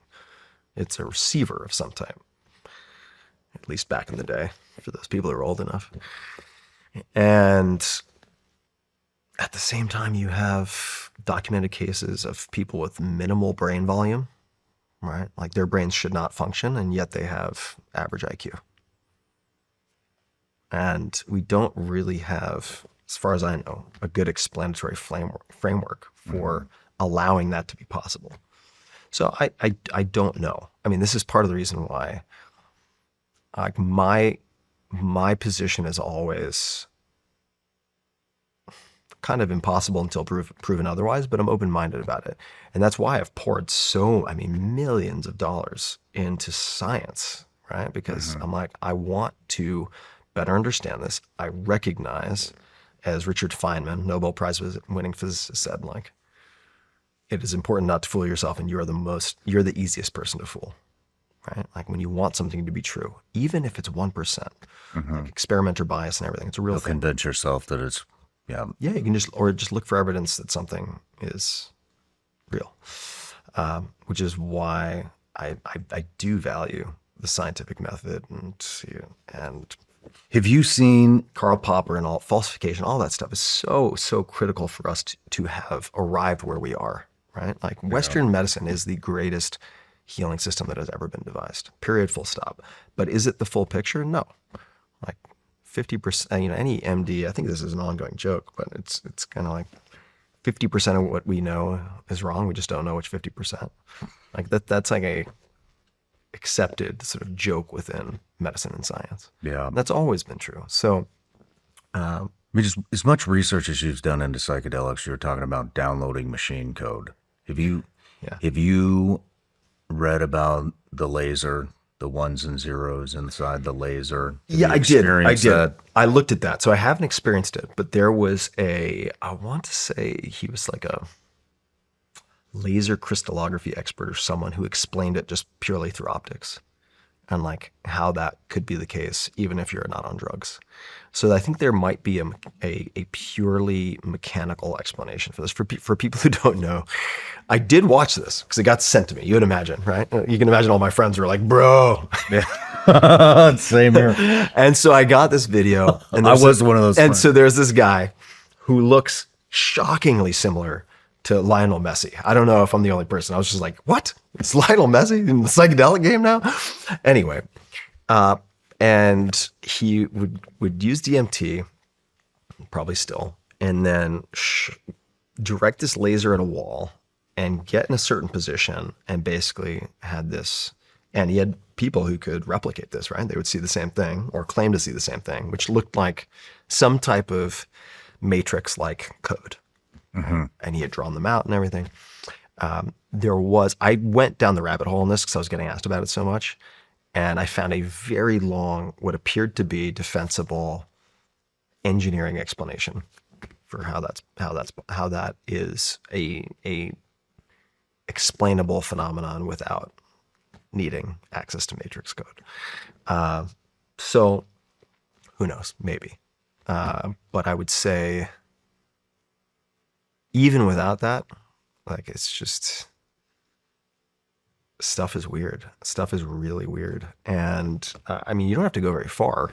I'm trying to remember his name. Fabrizio Benedetti, maybe. I think that it's not Ashley Vance. There's another author, but read any book written by a credible scientist or science journalist about the placebo effect. All right. And if that is not one of the weirdest collections of verifiable data you've ever seen. I mean, you look at any given study with an intervention like a drug or whatever. You look at the supplemental materials, like there's almost always going to be someone in the control arm with a placebo who showed just as much effect. Man, that's with wild, nothing, isn't it? with nothing. Whether it's a surgery, whether it's a powerful drug, psychedelic even. And so there are a few questions that come to mind, right? It's like, well, these are just normal people. They're not biochemists. They couldn't tell you how psychedelics act on the brain. So it's not like they're rolling their eyes back and going in and trying to affect certain enzymes or whatever. They have no idea. And yet they are reporting the same, not just effect, but magnitude of effect as matches the other people. What the hell's going on? I don't know. I have no idea. Wow. But like you don't have to go very far to get into really terra incognita, like unknown, there be dragons, waters. It's actually very easy. You don't have to get out into remote viewing or whatever, even though again, I'm very like interested in that stuff. But it's like, just look at the placebo effect, which gets understandably, right? Because people are trying to assess something. And that is the intervention in some of the RCTs that I fund, let's just say. But the fact that there are commonly people who produce the same effect, same magnitude of effect with a sugar pill or placebo or a sham surgery is incredibly strange. Yeah. It is super, super strange. So I will say, not to be the broken record citing Richard Feynman and the it's easy to fool yourself, but it is easy to fool yourself. So it is a challenge to attempt to be radically open-minded while also being suitably skeptical, right? Because there are a lot of con artists out there. There are a lot of delusional people out there. There's a lot of bad science out there. There's a lot of pseudoscience. Like, God save you if you're getting all your health advice from Instagram. So it's a challenge to navigate. I do. There's something for Peter Attia, actually. He did a series of blog posts called "Studying the Studies," and I also put out a blog post related to Peter about scientific literacy. And I would say one of the best investments you can make for your life and for the people you love or care about is to just invest like a week. And now you can use AI to make this easy. There's a company I actually invested in called Oboe, OBOE.com. They'll create a course for you. And it's just like, teach me how to read science.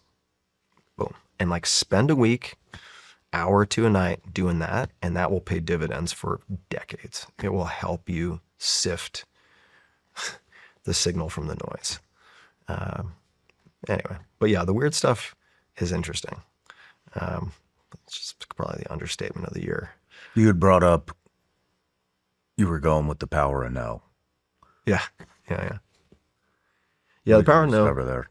I mean, I feel like, so I started at the behest of my friends and some of my audience, started working on a book about saying no. That's it, like 6 years ago. And I started doing that because people just kept asking me for help. A lot of my friends, even very successful ones.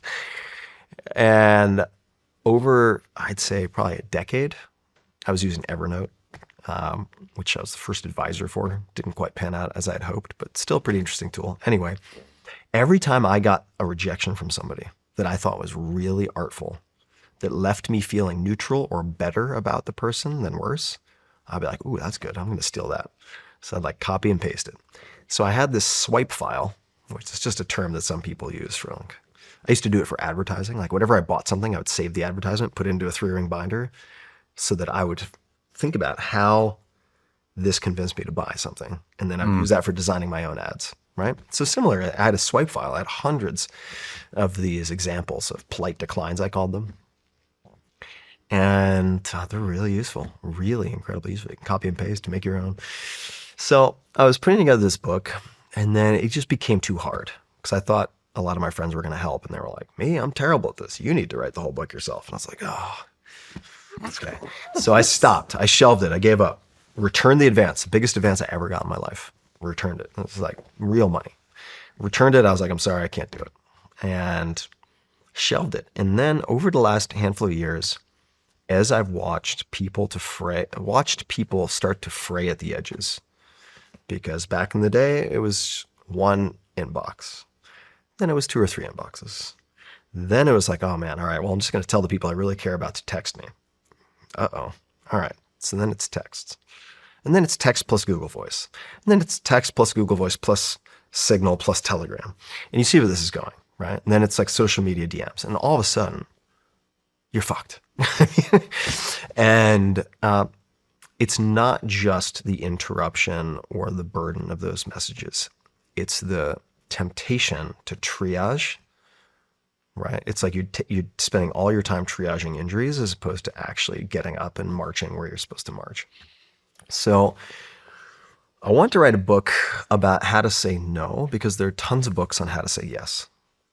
And I just don't feel like writing another book about how to say yes is very helpful. Mm-hmm. Although when you start to look at how to say no, it very quickly becomes an exploration of how to say yes to a few things and how to say no to everything else. And still working on the book. It's long AF. It's like 750 to 800 pages now. But if people might want to check it out, I mean, they can get a bunch of free chapters. I don't know when the full thing's going to be published, but they can, if they go to tim.blog/nobook, NOBOOK, tim.blog, it's not a typo, /nobook, bunch of free chapters people can get, which will help them. Because I've had proofreaders read this thing, and I kind of put it on a shelf. So it's done. It's close to done. But here's the thing. A book is like a marathon, where it's like, you get to mile 20. And you're like, congratulations. Or 20 mile, 22. And you're like, wow, you're almost done. Congratulations. You only have 50% left. Like that last, getting back to like the high expectations. Oh, okay. Right? Like that last polish.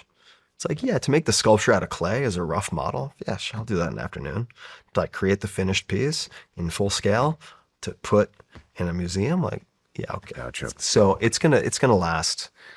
To polish the book's gonna take at least 2 or 3 months. So what's going to be in it other than nice ways to tell people to? Oh, there's a lot more to it because that doesn't do the job.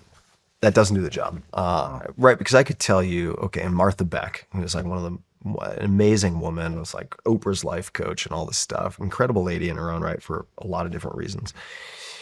And, she turned me down for something and she was like, sorry, I can't make it due to life Tetris. And I'm like, oh, that's very short. You're not giving them something that they can negotiate against. I'm like, great. I'm like, life Tetris. I'm definitely going to use that. Simple, to the point. But when you give people templates, and I realized this with the 4-Hour Body, because I was writing 4-Hour Body, everything in there works. It's been tested with hundreds of people, now thousands, tens of thousands of people.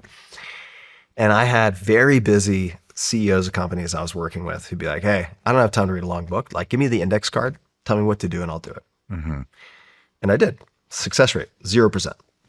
Why? Because if you give people the prescription, but you don't help them change their behavior, which also goes down to changing their beliefs, it's just not going to stick. It won't be durable. So for instance, if you don't say no because the story is, I'm too nice for that. I'm a kind person. I'm generous. I like helping people. Okay? That can be true, but that can also be a justification for saying yes to way too many things and being a martyr, right? If your answer is, well, must be nice for you, I'm not successful enough yet. Okay. We can start to tease that apart. But I know people who have hundreds of millions of dollars who still say that. So part of the reason this book has taken so long, and it comes down to, when we were talking about like the drive and predicting the bumps in the road and using the engine to the best of your capacity, just having an index card, which is kind of what the internet largely does. Not everyone, but they're like, here are the 3 tricks to mastering crypto tomorrow before the crash, whatever. And I mean, look, I'm interested in a lot of things. I'm not to malign crypto. Like, I've been interested in it a long time, but The point is, if your goal is like durable behavioral change, which also comes back to the psychedelics, right? Like you need frameworks and you need to be able to put your beliefs, which are like your underpinning philosophical guide rails, under some degree of scrutiny. And if you don't update those, right? Like if your story, for instance, in the realm of physical fitness is, well, I'm good at my job, I'm a good father, but like, you know, my whole family has big bones and it's just the way it is, right? You accept that partial completeness, right? And you're like really type A and like problem fixing oriented in a positive way in other areas of your life, but there's this one that you don't touch because that's just the way things are. If you don't fix that, no number of books on strength training, no number of gym memberships is going to fix it. So a lot of it is unpacking. And this also, like everything kind of ties together, right? The fear setting, right? It's like, okay, you don't want to say no. Why? Okay, you're worried that person's going to shit talk you to somebody you care about. Okay, you're worried they won't send you opportunities anymore, right? They sent you one, but it's really a bad fit. Doesn't align with your priorities. You're worried they're not going to send you an opportunity in the future, okay? You're worried that you will become irrelevant, right? Like that's another dangerous catchphrase, like staying relevant. That's a very pitfall-laden path. Okay, so then it's like, so what? And then what? And what's the worst thing that happens, right? So it's kind of an unstructured approach to fear setting. But when you start to really unpack it, and instead of saying, all right, you're going to go to the gym 5 days a week for the rest of your life, it's like, okay, you're going to go twice a week. You're going to do less than you think you can do. But for 2 weeks, you're going to go on a no diet. And you're just going to copy paste one of these 3 templates. And you have an assignment, which is like you're going to do it 3 times in the next week. Or your buddy gives $100 to your most hated politician in your name. Okay. Now we have structure, right? Yeah. Now we have structure. And I ended up in the last, I guess, year or so collaborating with a friend of mine, Neil Strauss, who wrote The Game, Emergency. He's written like 10 New York Times bestsellers. Terrible at saying no. He was pressuring me to write this book. And I was like, we were both kind of drunk at the time. And I was like, Neil, he was busting my balls at a table. I was single at the time. And he's kind of like embarrassing me in front of these women. And I'm just like, Neil, if you're such a hotshot, I see what you're doing. You're doing this lame power play in front of these girls trying to impress them. I was like, which is not totally true, but I was just like, all right, you want to spar? Let's go. And I was like, if you want to write this book, if you want to read this book so badly, why don't you help me finish it? Get off the bench. And he was like, And then the next day when we both sobered up, he's like, hey, if you're serious, like, let's talk. And so he became kind of like the student, and I would have him test these things. And then like 50% of the time he'd fuck it up. He'd fumble it. He'd create some mess. But what ended up happening, or he wouldn't do the homework. He would not do the homework. And I was like, oh, this book doesn't work. Okay, well, I need to make this book work. So how do I make it work for this guy? If I can make it work for this guy, it'll work for other people. And then started testing it with a private community of about 100 people also. And ultimately got it to the point where it's like, that guy is different now. Like after a year working together, like his life, how he interacts, he still sends me texts to this day. He's like, you would not believe what just happened. It is a different life. Like before you have the shield of no, and after you have the shield of no, wielded artfully, they are 2 different experiences of life. And this also, if you want more time dilation, right? If you want more experiential lifespan, you want more intimacy, you cannot do that if you have a porous mesh through which everyone else's agenda filters to you. Mm-hmm. That you feel morally obligated for reasons that are unclear to say yes. Do you say no more than you say yes? Oh yeah. Yeah, I have to on a lot of levels. And if I give you sort of a sterile example, it'd be like in the world of startup investing. If I don't say no to 80, 90% or more of what comes my way, I run out of money, right? I have to play it like a smart blackjack player. It's like, okay, I'm like, yeah, I can try to learn how to count cards, and I know you're not supposed to do that, but sort of like Bringing Down the House or the movie 21. It's like, okay, like you can try to like get better at it, and then you need to know when you have a hot hand. You need to know when the deck is in the right place. You need to know your statistics, but you're not going to bet on it. You're not going to bet heavy on every hand. You'll run out of bankroll. So in the startup investing, it's just an existential imperative, right? You have to say no to the most things. So you have to have rules. And what are those rules grounded in? They're grounded in certain principles. And then what are those grounded in? They're grounded in certain beliefs. And I'll give you an example of a belief. And the one belief would be there are plenty of opportunities. You can wait for a fat pitch along the lines of Warren Buffett. But if you've been taught and conditioned yourself to have this fear of missing out, the game is lost. It's lost at the belief level before you ever get to the principles, before you get to the strategy, before you get to the tactics. So a lot of it is solved with fear setting. How do you pick your investments? I mean, you were early on, Facebook, Shopify, a whole bunch of companies. Yeah, Facebook, Twitter, Shopify, Duolingo, Clear, the biometric security company in all the airports, Alibaba, like a whole bunch. Wow. Yeah. Wow. So how am I early? Were you seeking them out, or they saw you? Both. So there are a few things that I think are maybe copy and pasteable, and then some things that are probably not as copy and pasteable.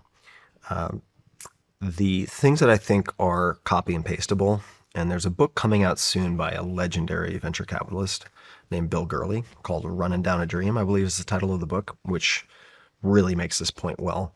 But going to the epicenter of the action matters. It really matters in real life. So me packing up after college with my piece of shit hand-me-down Plymouth Voyager minivan, like it's so beaten up, like hundreds of thousands of miles. Like the back seats got stolen out of a parking lot when I first got to the Bay Area. I mean, you know, my got ruthlessly made fun of by my coworkers, but it's like I picked up and I was like, I am going west to Silicon Valley to make my riches. And that didn't happen quickly, but what it did do is it put me in the very center of the pinball machine where I could bump into things. And I could bump into things by volunteering. Like you don't have any network? Get creative. What do you have? You have time. Okay. You've got endurance, right? You're young in that case, right?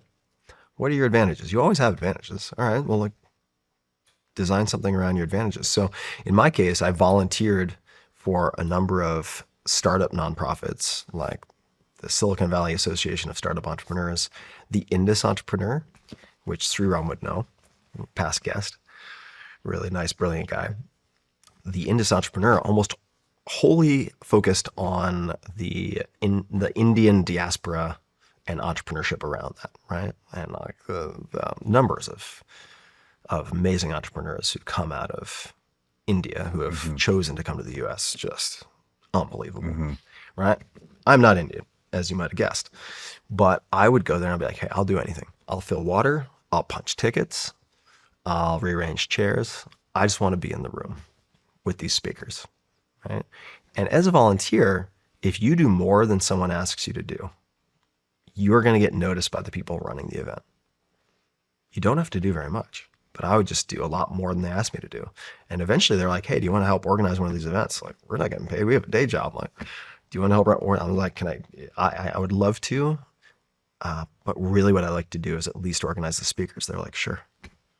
So now I get to reach out to people way above my pay grade who ended up, in some cases, being long-term relationships. I mean, Jack Canfield, the co-creator of Chicken Soup for the Soul, who I met through a nonprofit by volunteering and doing a little bit extra. He years later, introduced me to my book agent, who after 30 plus projections sold the 4-Hour Workweek. And I just had Jack Canfield on my podcast like a few weeks ago. Whatever it is, like 24 years later, right? All from volunteering and doing a little bit more than anybody asked. So the network matters. Exceed the expectations. Yeah, exceed the expectations and be in the center of the action. So it's like if you're really serious, there are other people who have said this. Scott Galloway, I think, puts it really well. But it's like it's better to be average at something in the center, like fashion in New York, comedy in LA or New York, whatever. We can give a lot of examples, than to be great in a tiny town in the middle of nowhere. And so putting myself in the middle is important. And I could give very concrete examples of that. That's something people can model. right? Not everyone, but some people can. You can also do it in virtual space in places like subreddits and so on. But so that's one. The second is, and this is harder to model, of course, but the 4-hour work week, when it had its explosion in 2007, I very deliberately targeted very tech savvy, initially males, say between the age of like 25 and 35 in Silicon Valley and then New York. And then that bled out to both genders, no problem. That was an easy hop. And then it began hopping to other cities like LA and Chicago. But I wanted to focus on people who could broadcast the message most effectively. And that's relevant because the success of the book, especially targeted at startups, is what led to, for instance, being in the Switchbox in Silicon Valley. I started going to events like RailsConf related to Ruby on Rails. I'm not a programmer. But there, who did I meet? I met Toby of Shopify when they had like 8 to 10 employees. And he had read the book. And that was a context for a conversation. And then ended up becoming, their first, I believe, advisor. And so that's an example. I do think that you can engineer that type of thing just by cultivating a network, which, by the way, just like my friendships, is like a few people very deep, not a scattershot collection of business cards. I don't think that works very well at all. And it comes off as what it is, which is transactional and superficial. Because here's the secret. The secret is if you develop true friendship with someone you love like a brother or sister, or who could become one of your true long-term friends, and they happen to be an A player at something, A players in one domain tend to know A players in a lot of domains. You don't need to know everybody, right? You really don't. Okay, so there's that. I'm trying to answer this question in the least long-winded way I can, but it's nuanced. So in terms of selection, so then I start seeing startups, but I don't have very much money at the time. Got a little bit, and I had fantasized about going to Stanford Business School for a lot of reasons. I was like, I would have been so much happier at Stanford than Princeton, which I think is probably true. And it's gorgeous. It's got like Palm Drive. It's an amazing campus, and it's completely integrated with venture capital and startups. Right? They have real operators who teach at that school.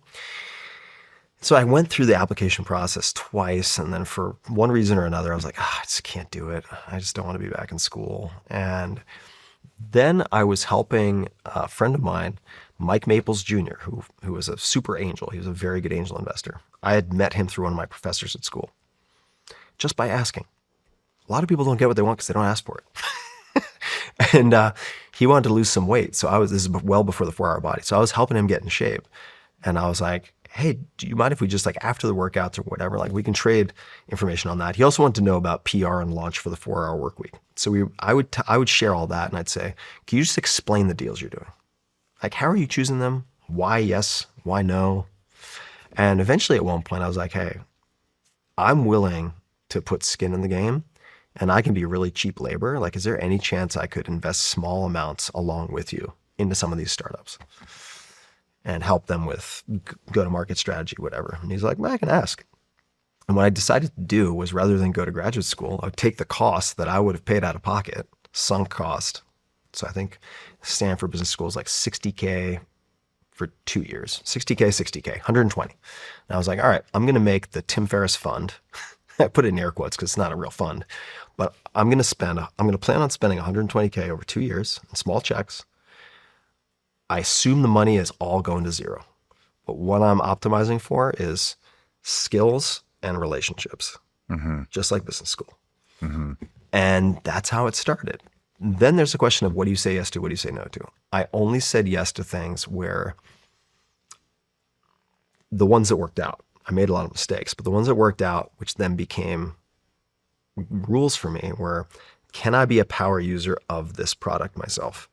Does it solve a problem or help me achieve a goal personally, right? Even if I weren't involved, would I use this?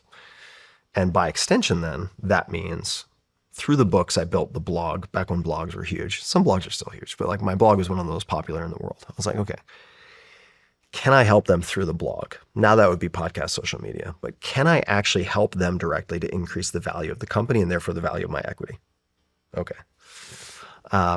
And ideally, this doesn't always work, but is it a premium product so that there is more room for error, more margin of safety? I do not want to be in a race to the bottom situation where the company is suddenly commoditized and they're competing on price and just get pressed down. And that's about it. And then the price has to be right also. And just to address this also, 2008, when I really started, that was a great time. That was a great time to be investing. And it was not a crowded playing field because it was in the middle of what people might consider a dot-com depression. Mm-hmm. So the fair weather entrepreneurs, the fair weather venture capitalists and angels, they had all run for the hills. They were like, screw this, I'm going back to investment banking or consulting or whatever. Right? This is too risky. Right? IPO market's dead. But it's harder now. It is harder now, especially right now with the froth around AI, which has contagion into other things, making them even great companies. If they're too expensive, it's a bad investment. Depending, the specifics matter. But I do think people can use a lot of what I'm talking about, investing in what you know, something you would use. Like it applies to, I hesitate to say people should do any stock picking because that's a dangerous game. I think most people, including myself, I do a lot of passive low-cost index investing. I think that's the right move for a lot of people. But if you just look at how you spend money, what you're spending more money on now than 3 years ago, where you're trying to cobble together solutions for something that doesn't exist, like just looking at your own personal behavior can inform how you think about investing. And I'm not a registered investment advisor or anything. I'm not giving investment advice, but it's like, if you stray outside of what you know, you will probably get your face ripped off. Yeah. Good advice. Rule number 1, don't lose your money. Don't run out of bankroll. Damn good point. Yeah. Damn good point. Yeah. Well, Tim, it's a fascinating interview. I got one question left. Sure. If you could have 3 people you'd like to see on the show, who would they be? On your show or my show? On my show. 3 people. Who would I like to see? I should start asking that question. I'm tucking that away in my swipe file.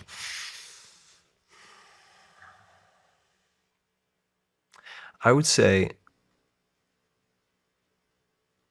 someone who is genuinely part of some mystic tradition, who has never been on a podcast, but who is a good communicator. And, we talked very early on about scripture, and you were like, scripture. If you look at the Christian mystics, you look at, say, Sufism within Islam, you look at, Kabbalah and so on within Judaism, it's like, when you start to read even the poetry produced by all 3, they seem very, very similar. And having someone on who could speak intelligently, and they need to be good with words to do this, but to describe their firsthand experience of the divine, I think would be a service to listeners. So that would be one. Love that idea. Yeah. I'd say second, I'm trying to really go off menu here. So you've covered a lot of ground I enjoy already with a lot of your interviews. I would say probably dealer's choice, meaning you're the dealer, but old traditions, like really old traditions, who have not been exposed or picked over by a lot of other podcasts. And that could be just about anything. Because my approach to, whether it's investing, exploration, it's kind of a barbell approach, like Nassim Taleb's investing, right? Like super, super safe or super, super speculative is how I do things. I'm not saying everybody should do that, but also with respect to my own intellectual exploration and scientific exploration, I'm typically cutting edge, or I'm looking at things that have been around for hundreds or thousands of years. that are durable. And I think exploring the really old stuff is interesting. So the mystics are kind of one example of that, right? This has just been a consistent feature of humanity for millennia. Might be something there. I don't know. I think there is. So I would say this is getting very close to the same territory, but you could interview, like, and you'd have to pick them very carefully. But I'll give you an example, like a Greek Orthodox church singer who knows a lot about droning, and or a musicologist who can speak to. I could recommend one. He's a wild card. I'll say it off camera, just so you can do your due diligence. But someone who, for instance, has knowledge of historic use cross-culturally of harmonics or overtones for religious experience and altered states. That would be interesting. Who could speak not just to the cultural context, but also to like what we actually know from a musicology perspective, from potentially a neuroscientific perspective. Very interesting. There's some, like, you do not need drugs to have some shockingly alarming altered states of consciousness. Music has been one major tool in the toolkit for a long time. Yeah. So that could be interesting. And then number 3, who's lucky number 3? I would say a physicist focused on time, not just a science communicator.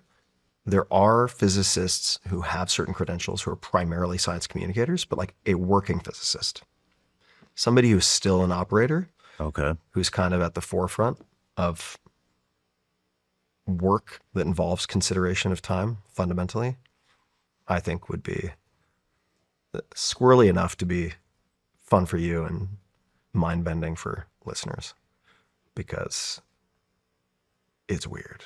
It's very strange. Fascinating topics. Yeah, I think all 3, and because at the very end of the day, it's like, what can we be certain of, right? Like, how do we know we're not a brain in a jar in a simulation, right? What can we actually know is true?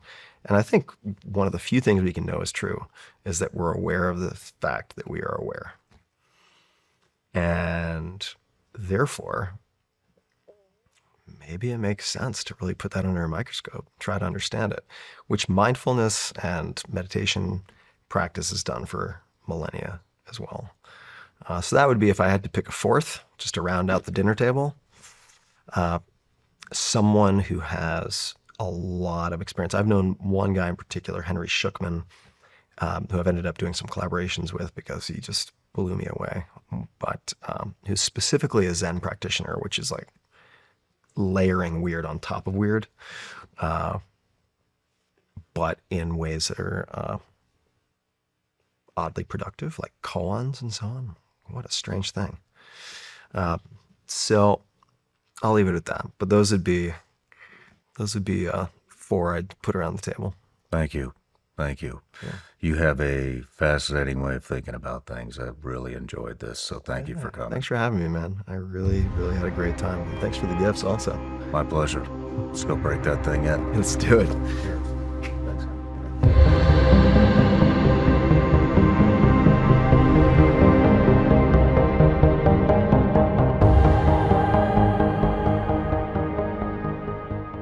No matter where you're watching the Shawn Ryan Show from, if you get anything out of this at all, anything, please like, comment, and subscribe. And most importantly, share this everywhere you possibly can. And if you're feeling extra generous, head to Apple Podcasts and Spotify and leave us a review.